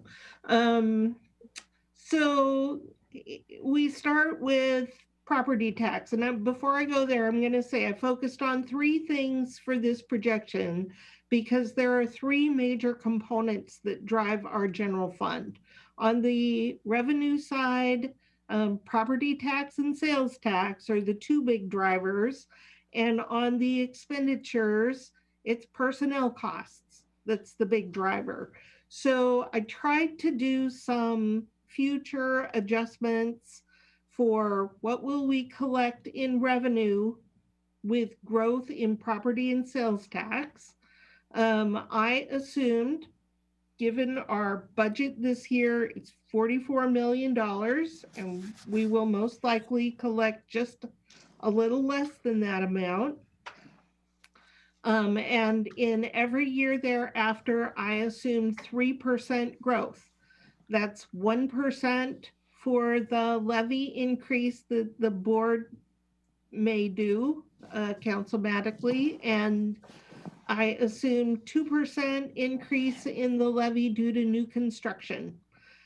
Some years we will do better than that, and some years we may not do as well, but over time, 3% is a fair estimate for property tax growth. So you see it growing every year, 3%. Robin, could you explain Councilmatic? You said something, I don't think we're doing that. Yes, that is when the board does something based on a vote of the board rather than going to a vote of the people. And the board can raise the levy on a simple vote by up to 1% each year. Okay, thank you. Property tax. All right, sales tax. Sales tax this year we anticipate is going to continue to come in at least 5% growth. And if we were talking 5 years ago, I would have told you that 5% growth per year was very robust for sales tax. But given the last few years, 5% is a conservative estimate as an average over time. Some years will be more, some years may be less, but it's a 5% average growth in sales tax over the next 9 years is assumed in this scenario. I assume that everything else would remain flat. And the reason you see it go down is because I made one other assumption based on conversations that the board has had. It is my perception that the board wants to continue to reduce the impact on the road fund and reduce the money from the road fund that's coming into the general fund. So in 2022, we reduced it this year by $250,000, but starting in 2022, I've made an assumption that the board will continue to step that down over time. The amount that's going into the budget this year in both diversion and levy diversion and the road fund is $4,250,000. So you see that reduced over time so that there is no more diversion or levy shift by the year 2030. That is why this amount from other funding sources goes down by $500,000 a year. And on the revenue side, here is the American Rescue Plan money coming in, 2 big infusions, $28 million a year. So before I move to the expenditure side, do you have any questions about the revenue assumptions? Would, yeah, I do have a question. Would that money that comes in from the CARES Act, do you have that calculated as some of that's going to go towards this new building? That will be part of the expenditures he's moving on right now. Okay, thank you. Any other questions about the revenue assumptions? Okay, I'm going to move to the expenditure side. We start with the budget of $111,333,000. It's your general fund budget in 2021. I've assumed a 3% reversion. We generally revert between 2 and 5% per year. 3% had been the average until recently, but 3% is a conservative estimate for the reversion. So you see 3% reversion in every year.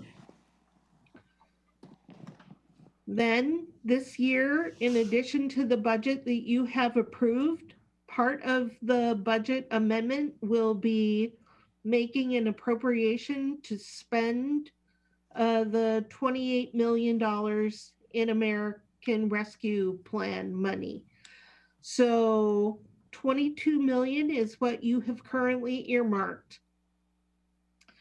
And just to run down those numbers, $10 million to support local businesses and the local economy and households. $5 million for transitional housing. $1 million in support of broadband. $4 million in support of water and sewer utilities. And $2 million for county needs, setting aside $6 million for potential space needs. I've also included in the expenditures $2 million that we've been talking about to establish the rainy day fund. That brings us to estimated expenditures this year of $131,990,000. Here's our beginning fund balance. The ending fund balance last year was substantial, just over 29 million. If we have revenue of 100 and I'm going to round now, $133 million in revenue, 132 million in expenditures this year, gives us an ending fund balance of roughly $30 million that we bring into 2022. In 2022, we start with the same base. And again, our biggest driver is personnel costs. So you start to see the assumptions for salary increases. I've assumed 2% per year that allows for a COLA and some growth in salaries. So this is 2% per year over time. The biggest growth we see on benefits is medical inflation. We average 5% per year, some years more, some years less, but 5% over the last, I think that Tara and I recently looked at 10 years of history. So you see 5% per year growth for medical inflation. That's a little over $500,000 a year, by the way. It's a substantial amount. And the other thing that I put in 22, 23, and 24 is an assumption that we will spend 18 million of the 28 million in American Rescue Plan funding on items that are yet to be determined. So that holds back 10 million that we can apply toward future years for the rental costs. And this is where you see the increased rent. And here it is on average, 1.6 million a year. And again, I rounded it up slightly and averaged it over time. So given all of those assumptions, here's your ending fund balance. It goes up in 2022. We're getting very close to the maximum allowable fund balance. Then it starts to go back down over time as we go out in the future, though, the growth in revenue starts to catch up and it flattens out. It starts to flatten out in 2027 at just barely under the 2-month fund balance reserve that you have been talking about in your balanced fund resolution. So I know this is a lot to take in. Do you have any questions either about the assumptions and expenditure or the fund balance? Well, I do, but the big jump from fund balance starting from 2022 to 2023, that $13 million, $14 million jump there. Is that because of COVID money? Yes.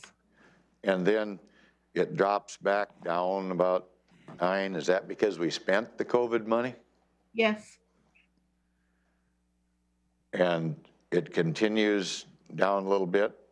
Where do we get done with the COVID money there? In 25? When it starts off in 25? Yeah, we have to have spent all of the American Rescue Plan funding by December of 2024. Yeah, okay. So it's on a separate line here. You can see the direct expenditures out of the plan. And then we will have reserve sum to be able to make these rent payments. Explain reserved sum. What does that mean, I guess? So much like we did last year, where we claimed costs and put the revenue into fund balance, we will claim eligible costs, put the revenue into fund balance, and retain that through a proviso is what I'm recommending, that as you pass the budgets, you would earmark a specific amount to be spent over time, specifically on rent in the new building. And this okay. is a scenario that assumes that we rent a building. And by doing that, it seems like the last time we got money, we were not able to do that, but there's new criteria now. Is that what I'm hearing? So what you're hearing is that we will claim eligible costs without incurring additional expenses. And that is new in the American Rescue Plan. We can claim lost revenue. We can claim expenses from last year that we did not claim. And that revenue, instead of, I'm trying very hard to avoid the term supplanting, because it's not supplanting, it is claiming costs as allowed in the new federal law. But that's what we'd be doing. We'd be claiming those costs, even though they were not in addition to costs that we had incurred. That allows us to build up the fund balance. And again, we did that $3 million last year. That's part of why our ending fund balance is at $29 million this year. A big reason why is the infusion of federal money, and then we'd use that to our advantage over time to be able to lease this building. Just for the record, Commissioner Mejia had to leave the room to attend a personal matter, but she's joined us via telephone. Is there any reason that we couldn't use that same philosophy, I guess, and expending that money all the way up for the full term of this lease for 7 years? I did show it for the full term of the lease. Okay. In essence, that's what is proposed to you today. Pardon? In essence, that's what it is, this financial plan. Yeah, okay, that's what I was wondering, okay. There was such a shift down there, though, after 2024. I was trying to figure that out, so. Because one of the differences between the coronavirus relief fund, the board was engaged in 2020, the American Rescue Plan provides for expenditures to go back to March 2020. So that's one of the fundamental differences. So there is an opportunity, as how Robin has stated, to go back and claim expenditures for 2020, and this coming back as a general fund ending balance, which allows to extend the lease of $1.6 million beyond the December 31st, 2024 requirements of expenditures for the current federal fund. That is really the intent of this financial plan. So when we get up there around 2029, we're getting almost into where we're using current expense or whatever at that point. That is exactly right. Yeah, okay. Okay. Thank you. Commissioner Mejia, do you have anything at this point? You can hear me? Yes, I do not. Thank you. Very good. Go ahead, Robin. Okay. So this is the financial plan for the lease payments. And I'd like for you to go back to refer back to the first page that Robin outlined to you. And the average additional lease payments, they will affect the general fund was about 1.579. With this plan, at least that portion is covered. I just want to relay the two documents back to you. So the next is the tenant improvement needs. Robin? All right. So this is REIT 1. this is your financial plan for REIT 1, which I have also taken out to 2030, making some broad assumptions. And here they are. The first is about revenue. And the revenue in REIT, it's been coming in pretty strong, but all the forecasts predict that it's going to flatten, and the state of Washington forecast actually predicts that it's going to go down. But what we've seen in Thurston County does not mirror the state, and we know that we have a shortage of housing in our county. So what I've done is in the revenue, I have assumed it will be flat in 2022 compared to what we collected in 2021. And then I have assumed very modest growth of 1.5% per year.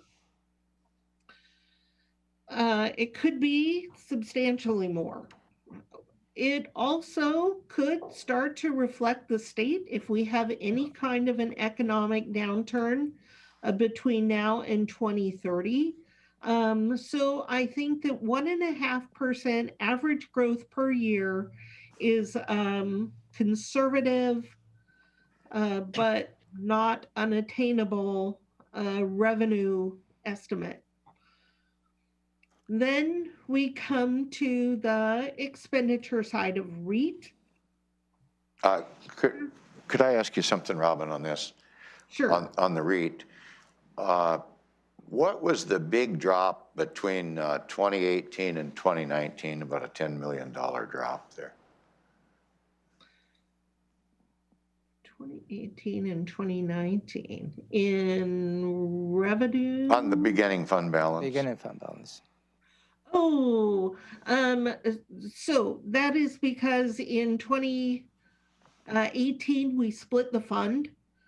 We had accounted for all of REIT in a single fund, REIT 1 and REIT 2, but they have very different rules. And part of the state law is that we need to maintain separate funds for them. So we split them. And what you see here is in 2017, you see the revenue for REIT 1 and the revenue for REIT 2. In 2018, you don't see that REIT 2 revenue because it's going to its own fund now. Oh, okay. Might you have those numbers wrong? Because I see it for 2018, I just don't see it for 2019. Correct. Well, you see the huge beginning fund balance in 2018. Yes. And the ending fund balance is because that revenue's not there. And we transferred the REIT 2 money that was sitting in this fund to the REIT 2 fund, the new REIT 2 fund. So when we started 2019, it's with the money that really belonged to REIT 1. It was because we split the fund into 2 funds. Okay.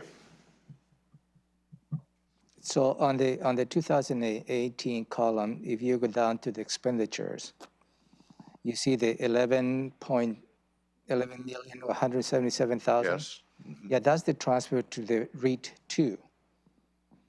And that is the difference between 18 and 19. Okay. Right. Most of the money sitting in the fund belonged to REIT 2, not REIT 1. Right.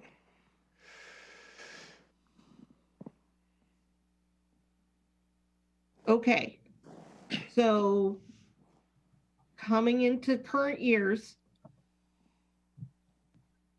any questions about the revenue estimates?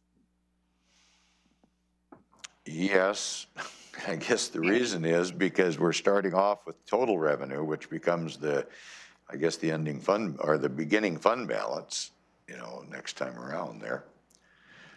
And that seems like it fluctuates a bunch, but nothing unusual there that has to do with that split. Is that what I'm hearing? That's correct. The split is over and done. 3 years ago. So we're starting anew then. Okay, got it. In 2019. Okay. I provided prior years so that you could see the revenue growth. In 2016, for REIT 1, we collected $2.4 million, less than $2.4 million. Here in 2021, we anticipate collecting at least $3.4 million. So revenue has gone up substantially over 5 years in REIT. We've had phenomenal growth in REIT. And all of the forecasters, the real economists, are saying that that's not going to continue, which is why you see me projecting flat. Many economists are saying that REIT will actually go down, but I think it's going to stay flat and then start to grow in our county. But I mean, as long as we don't have adequate housing, we can never have that increase, so to speak. So we could actually affect that through policy by encouraging building in Thurston County. That's absolutely true. Okay. All right. So that just kind of underscores the fact that this is a conservative estimate in REIT. Coming down to the expenditure side, in 2021 and 2022, these two numbers right here are the amount that is currently approved for capital projects on our current facilities. And that is money that's obligated through central services. Here is, I'm going to skip over this 7 million and come back to it. Here's the bond payments on the current debt. We're talking about refunding part of these bonds. So these will possibly drop, or they should drop after we refund them. So the payments will be a little less, if not substantially less. But the 2015 bond, the last payment is in 2025. The 2016 bond, the last payment is in 2029. Now I'm going to go back up to here. To move into the atrium, there needs to be tenant improvements, payments for furniture, fixtures, and equipment, the update for information technology, cabling and networking, many costs. And this assumes that we would spend $7 million out of REIT to be able to make those improvements. There is a concern that those improvements might cost a little more. We're working on refining those numbers, but 7 million is what we can afford out of REIT. Then what you see starting in 2022, this is the bond payments that we've been talking about. It assumes $50 million at 4% interest over 30 years. It's a payment of $2.9 million a year. And you see that all the way out to 2030, and it would continue in future years. This is what I believe we can afford. When you start to look at the fund balance, the ending fund balance, and this is where, Commissioner, you say it bounces around, and you're right. If we make this 7 million investment in 2021 to move into the atrium and continue to make our bond payments and complete the capital projects that we've already committed to, then your ending fund balance in 2022 will be about $1 million and will drop just under $1 million through 2025. But once we stop having to make the bond payments on our 2015 bond series, the fund balance starts to grow again, and you'll have capacity to start to do other things. One of the things that is not on this financial plan is any funding for expansion at the jail. So we'll have to grapple with that. And there's really not funding for any other capital projects. So one of the things, so I'm going to stop there and ask if you have any questions about the expenditure side on REIT. Yes. Okay, can I go ahead? Yep. Okay. On 2020 and 2021, we've got 100% change fluctuation there. What line item you're looking at, Commissioner? Down at the bottom at the ending fund balance. Well, in 2020, it's 33%, and in 2021, it's minus 70%, or minus 71%. That's because we're assuming that we would pay $7 million out of the fund balance to be able to move. That's what that dip is. That's a $7 million cost to move. Taking it right out of fund balance. That's right. That's for furniture and other things. Yeah, tenant improvements. Improvements, cabling, technology, all those things. Okay. It's the price. Price of doing business, is that what I'm hearing? That's right. That's so that it's not built into the rent over time. That keeps the impact on the general fund down. But then even on between 22 and 23, you know, that jumps back up by 40% or better. 40. What's that about? Correct, because we're not taking as much money in expenditures in those years. And then what happens the following year in 24, between 23 and 24? 23 and 24, the revenue is slowly going up, and in 25, we make the last payment on the 2015 bonds. Okay.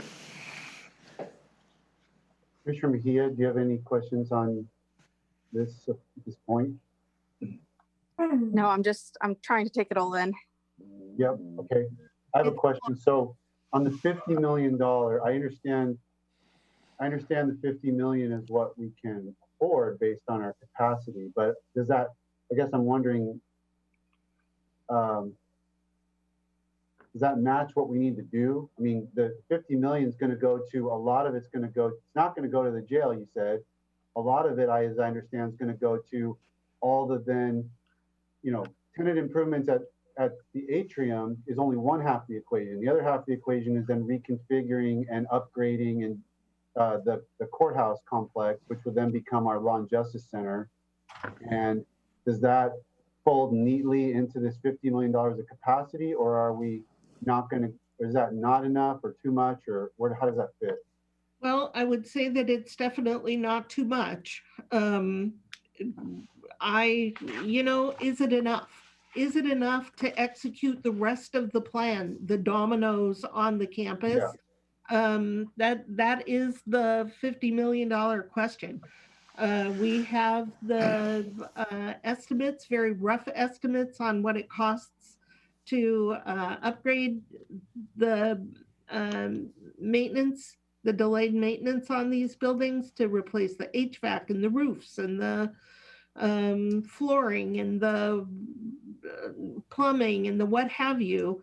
If we focus on the most important aspects of that, the truly critical and the most important, and perhaps don't do some of the items that are more aesthetic, and are very careful in determining and separating the wants from the needs and do what people need to be able to be in these buildings. And that's true for the atrium too, to keep our tenant improvements only to what people need, then this plan could work. But I don't have precise estimates for that. That's the type of thing that we need to hire someone to help us figure out. Chair, did you get, could I ask another question, please? Go ahead.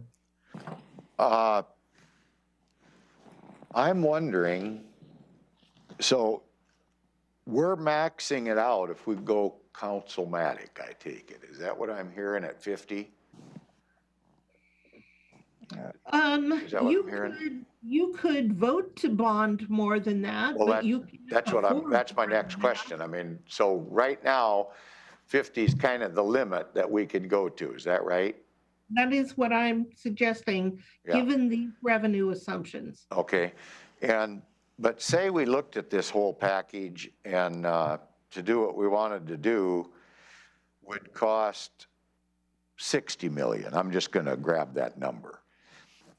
Then we need to go out to the voters, and we went to the legislature some years back and got authority to extend that payment out for quite a period of time. So if we needed to do everything and we didn't, and 50 wasn't enough, as long as we could convince the voters to go to 60 or 70 or whatever the number ended up being, and then we could finance that out over a period of time, that could be an option. Is that what I'm hearing?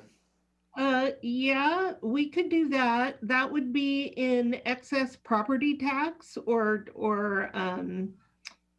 even just a simple increase of the levy.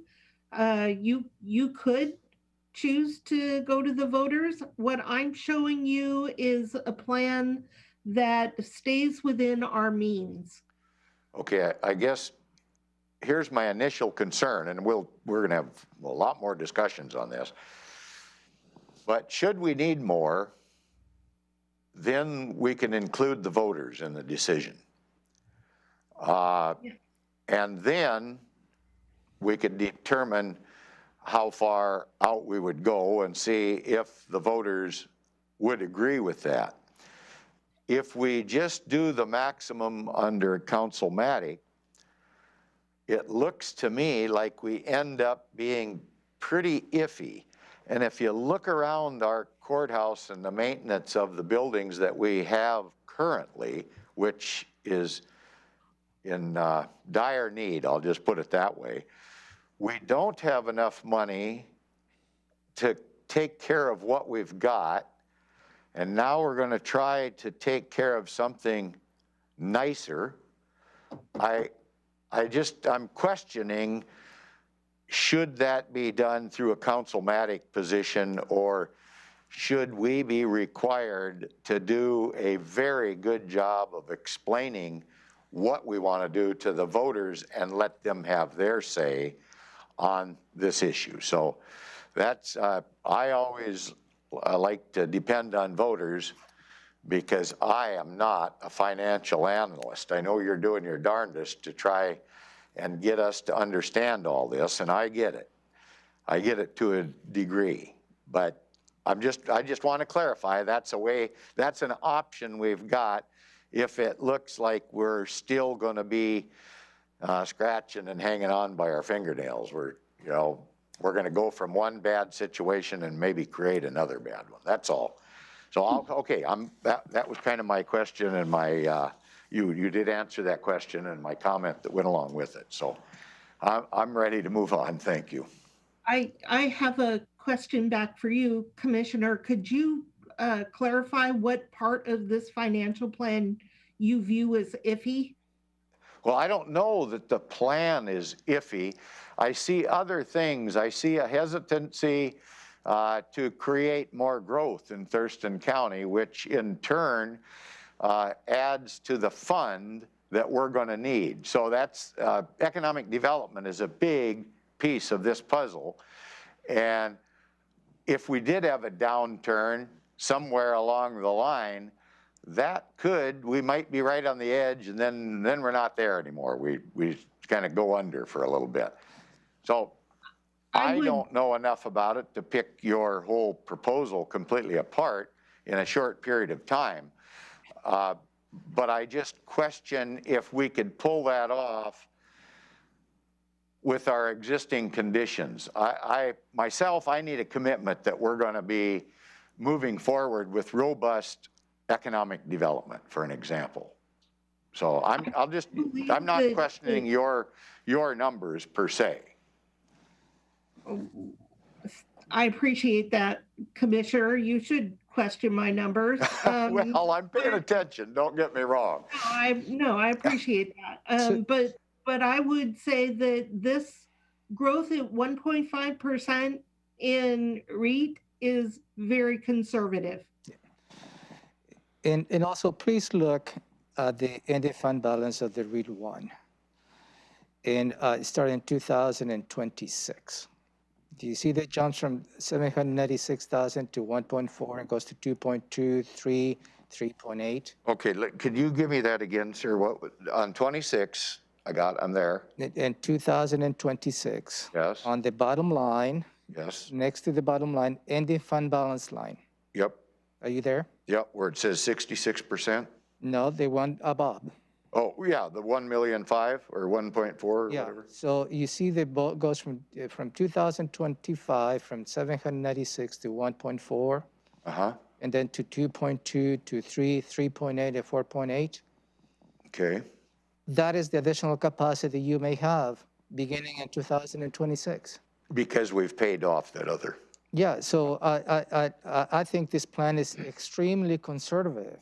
Okay, no, I respectfully disagree that this plan comes to the edge, as you stated, and then we don't know what to do. That is the assumption that you have presented to you.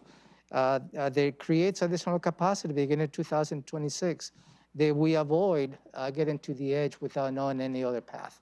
Okay, I'm not questioning that. I am only questioning our ability to move forward with Councilmatic, because I think that's what the county has done for the last, I don't know, the last 10 years or so has been Councilmatic. We have not went to the voters and tried to explain to them the need. We talked about it. We almost went to that position last year. I think during the pandemic, we changed course for a while. I'm sorry, but you're talking about now the property tax or the REIT? I'm a little confused. Oh, I'm talking about the whole thing about continuing to do bonding without public input. That's all. That's kind of what it boils down to. So this county has absolutely no voter-approved bonds from any year. Yeah. Yes, that's what I say. I know that. Right. So maybe it's time we should involve the voters is all. Well, or continue to issue bonds within our current revenue sources, which is what we've been doing. Yes, I realize that. So I would also like to respond to the concept that we don't have enough money to take care of our buildings right now. Oh, okay. You should go with a different plan, or let's say you go with no plan at all. Then we're not making these bond payments, and the money in your refund will grow substantially starting this year with an ending fund balance of $9.5 million and just going up from there. So you do have money to do something. Yes. Yep. We need to decide what that's going to be, and we're working on it right now, it sounds like. Okay, so what's next for today? We've got 3 executive sessions and less than an hour. So thank you. As a conclusion, what you saw today is what I believe the board requested in terms of a financial plan as to how the proposed space needs plan that I presented to you on March 17 financially could work. That is the commitment that we had to make sure that you have all that information in front of you to make an informed decision. On the first page, where you have the property tax, as Robin stated, that gives you a financial plan to pay the excess lease on the 3000 Pacific Avenue. And on the last page of the REIT 1 gives you a financial strategy of tenant improvements of $7 million. And that, I believe, meets the financial plan for the plan that I provided to you on March 17. It also includes the $50 million bond that is on you for availability to address both the current upgrades of the courthouse and as well as to go through the needed tenant improvements here at the courthouse. So that's what I said at the beginning. No decisions today.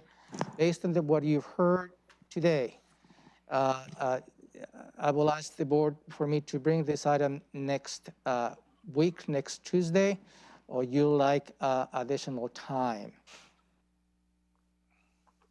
I do request the board the decision to go or no go, and this 30,000 foot level plan must be done in the next 2 weeks, if I may, because the property owner is not going to be waiting for the county to explore other options. I guess I could comment on that at this point. Go ahead. I'm not going to give a commitment as to where I am, definitely at this point, but the way I'm kind of looking at it, I'm looking at it in very simplistic terms. And we're a family and we're driving a Chevrolet that needs some work. And there's a heck of a nice Cadillac parked down the street for sale. And the price is right, and it would be nice. My family is going to have to be discussing that to see if we think we can pull it off. So that's kind of where I'm at on the whole thing. So thank you. What is the Cadillac up for sale, Commissioner? I'm sorry, I missed that. Well, it's a good buy. The Cadillac is a good buy. It's a nice car. But we're not buying the Cadillac. Well, okay, a Buick. We got a chance to buy a Buick. You know, I concentrated on the buy, verb, and the whole transaction and the whole model. Nothing is buying, leasing. And my family is 300,000 citizens in Thurston County. So just that's who I'm representing. And so when the board would like to bring this matter for you to make go or no go decision. I am not in a hurry to do that. I don't know if I'll be ready, but I'll participate at whatever level I'm comfortable with when the time comes then. Depending on my seatmates, I guess. Ramiro, you said you had input from you've had contact with the property owner in terms of what time frame they're trying to see our decision point? Yeah, I believe it's in the next 2 weeks. That will be probably a good time frame. In my brief discussion, that was probably the discussion that I had with him on the site visit, because also he's a businessman, obviously, and if the county is not interested in this proposal, then he needs to start looking for other tenants. So, and that is probably the next 2 week window might be adequate. But again, really I'm looking for direction as to when you want me to bring this item back for a decision. If I may also add, this property is on the market today. He has not taken it off the market to wait for us. It will remain on the market until we commit to him. I think that Cadillac's a good-looking Cadillac sitting down the street there with a price tag on it. But we're going to have to discuss it. Yeah. He did a good job on his building, I'll say that. Commissioner Mejia, what is your suggestion for a time frame for bringing this back for potential decision? I don't have a time frame, but I mean, for me, we can't keep kicking the bucket down the road. I feel we have to make a decision sooner rather than later. Just since I've been here, this conversation has come up so many times, and I feel a decision needs to be taken. So that's where I'm at. I know that we have to review all of our options, but so far this has been the only option that has really come up that seems like a viable solution forward. Okay. Yeah, and that's only in 3 months, Commissioner. Think about Commissioner Edwards, who's been suffering with this for 6 years or however long, 4 years. The bonding issue is one that I'm thinking about, but I would point out that this model assumes that we create our rainy day fund, we maintain our 2-month fund balance, we drive down the road fund shift even more aggressively than the board previously determined. So there are conservative elements built into this. When we say that we're pushing ourselves to the limit, it's not entirely true. Going out to the public, well, I spent a lot of time going out to the public when the ballot measure was on. So I did at least a dozen, if not more, group presentations to get the public's input on and to try to educate the public on what the county space needs are. And so I had a good perspective on what people's understanding of it is and what their appetite was for any tax increase to meet those needs. It wasn't really, the argument that I heard really wasn't, if you asked us for half this amount, we'd be with you, but we're not with you at this amount. It was really a lack of understanding of why the county would not be able to meet its needs under its given existing needs. So I think we were driven to try to find ways to do that. And this is one plan that is, as Commissioner Mejia said, I think it's the only viable really alternative to meet the medium-term needs of the county without asking for more resources, which I think is going to be difficult to do. So doesn't sound like we have a real consensus on when to come back with this. You're proposing next Tuesday. Yeah, I can bring it next Tuesday, and we go from there. Okay, then I'm going to suggest that Commissioner Mejia, Commissioner Edwards will, obviously we can think about this and look at the numbers that we've been presented this morning, and but let's at least touch base back on it in a week, and we'll see where we're at. I have a question, just procedural. Yep. Since this is a conversation, or next week it's going to be a conversation in regards to the possibility of leasing a building, shouldn't that be under executive session? And Ramiro, could you please educate me on that?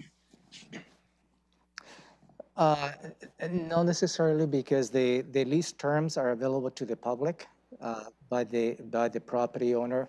And what we bring in today for your consideration is what the property owner is making available to any potential tenant. I think the conversation would have been different if we were to buy this building, and certainly at that point, yeah, an executive session will be necessary. So at this point, I don't think is warranted an executive session. Thank you.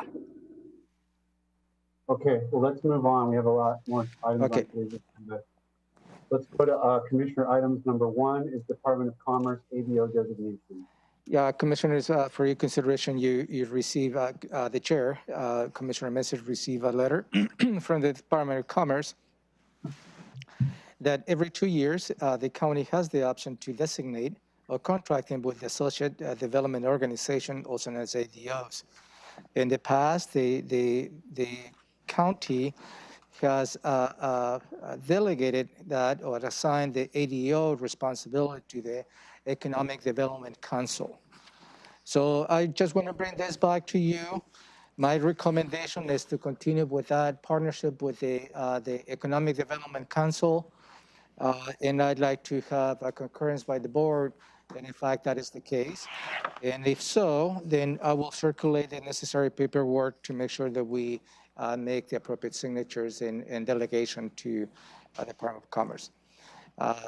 Janek is here. She's the bridge between the EDC and the county, and is available to answer any questions related to this item.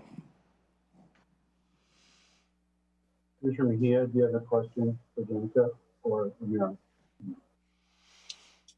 Not at this moment. Commissioner Edwards? No, not at this moment. We have 3 thumbs up for maintaining the Economic Development Council as our ADO. Department of Commerce. Okay, thank you. So I will circulate the appropriate paperwork, and I will. I'm asking if we have 3 thumbs up. I'm sorry. I thought you were confirming. Yeah. My thumb is up. I can't see Commissioner Mejia's thumb. I think my thumb is up as well. Okay, Commissioner Mejia. My thumb is up. Okay, thank you. So I jumped the gun on that one. So I'll circulate the paperwork for the chair of the board to sign on this. Thank you. Thank you. Public testimony. The public testimony that I relayed earlier will be addressed in item number 6 of your executive sessions today. Okay. Number 3, other commissioner items before we go into executive session. I have one brief item. I'll ask Commissioner Mejia if she has anything she's addressing. I do not have commissioner items at this time. Commissioner Edwards? Well, I've probably got enough to take it right through till 12:30, but we've got other issues, I understand. Yeah, is there anything you have time sensitive that we need to address? No. Okay. No, I think. I just have one item. It is time sensitive. It is a request from the Chehalis Basin Partnership regarding a support letter for a project that's part of our watershed plan. They asked me to sign it, and I'm happy to do it individually, but it seemed like the board might want to support it collectively, since it's a project that's in our watershed plan. It relates to developing some small projects on a property with a private property owner up in Scatter Creek. It's a project that's being directed by the Thurston Conservation District. They're calling it Scatter Creek South Tributaries Project Development. We had a presentation about the project on February 26th at the Chehalis Basin Partnership, and my notes say that this is a property in the upper portion of Scatter Creek watershed, and they're really focusing on this area because the upper watershed projects can have multiple. It magnifies the value of those projects because it's on the upper part of the watershed, and a suite of small projects can actually have a disproportionately larger impact because they work all the way down through the system. Chanel Holbrook is the citizen contact through the Creekside, I want to say Creekside Farm property. Anyway, I wanted to know if the board would be interested in signing a letter of support. They're seeking a grant from the Salmon Recovery Funding Board. And again, this is a project that is built into a watershed plan we've already approved. So I was asking if the board would be willing to consider supporting this project, and I would sign the support letter on behalf of the board. But it's due tomorrow, which is why I'm and if the board's not comfortable, it's not a problem. I will just sign it as an individual. But I thought the board should have the opportunity to but it might assist, it'll probably assist in getting that grant, right? Isn't that what it'll be? Yeah, that is the intent. Yep. And also the board already approved the WIRA plan. So, and this is a component of the plan the board already approved. So I think it's absolutely makes sense for the board to consider the support. I got a thumbs up on that. Okay, Commissioner here. Yes, me too. Okay, great. The board, the draft letter, which is kind of framed for an individual, is in the hands of Ramiro and Katie, and hopefully they can just tweak the verbiage a little bit, and then I'll sign. We'll switch that, and again, depending on the timing, since tomorrow is the deadline of submittal. If your concurrence, I will add your electronic signature to that support letter, so we can move forward with that.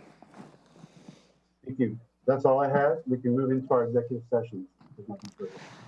Yeah, Commissioners, you may want to announce that we have 3 consecutive executive sessions today.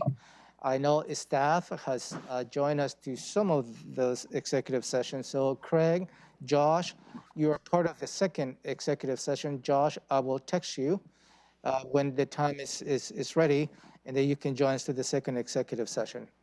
Craig, Susan, are you you're part of the second executive session? So please coordinate with Josh as to when I will call him to join back the Zoom meeting. Thank you. Okay, so let me do the announcement. The board is now moving into executive session. There'll be 3 consecutive. 2 of them are pursuant to RCW 4230110B to consider the selection of the site or the acquisition of real estate by lease or purchase when public knowledge regarding such consideration would cause a likelihood of increased price. The first one relates to Mottman Plaza. Commissioners' action may follow. The second relates to HCP real estate, and Commissioners' action may follow. And then the third session is pursuant to RCW 4230110I, discussion with legal counsel representing the agency litigation or potential litigation to which the agency may be subject. This relates to Dilworth claim, and Commissioners' action may follow there. So we've got this slated until 12:30. That is 39 minutes. Yeah, and at that point, when done with the 3 executive sessions, we'll reconvene again for you to formally close the session, Commissioner. Thank you.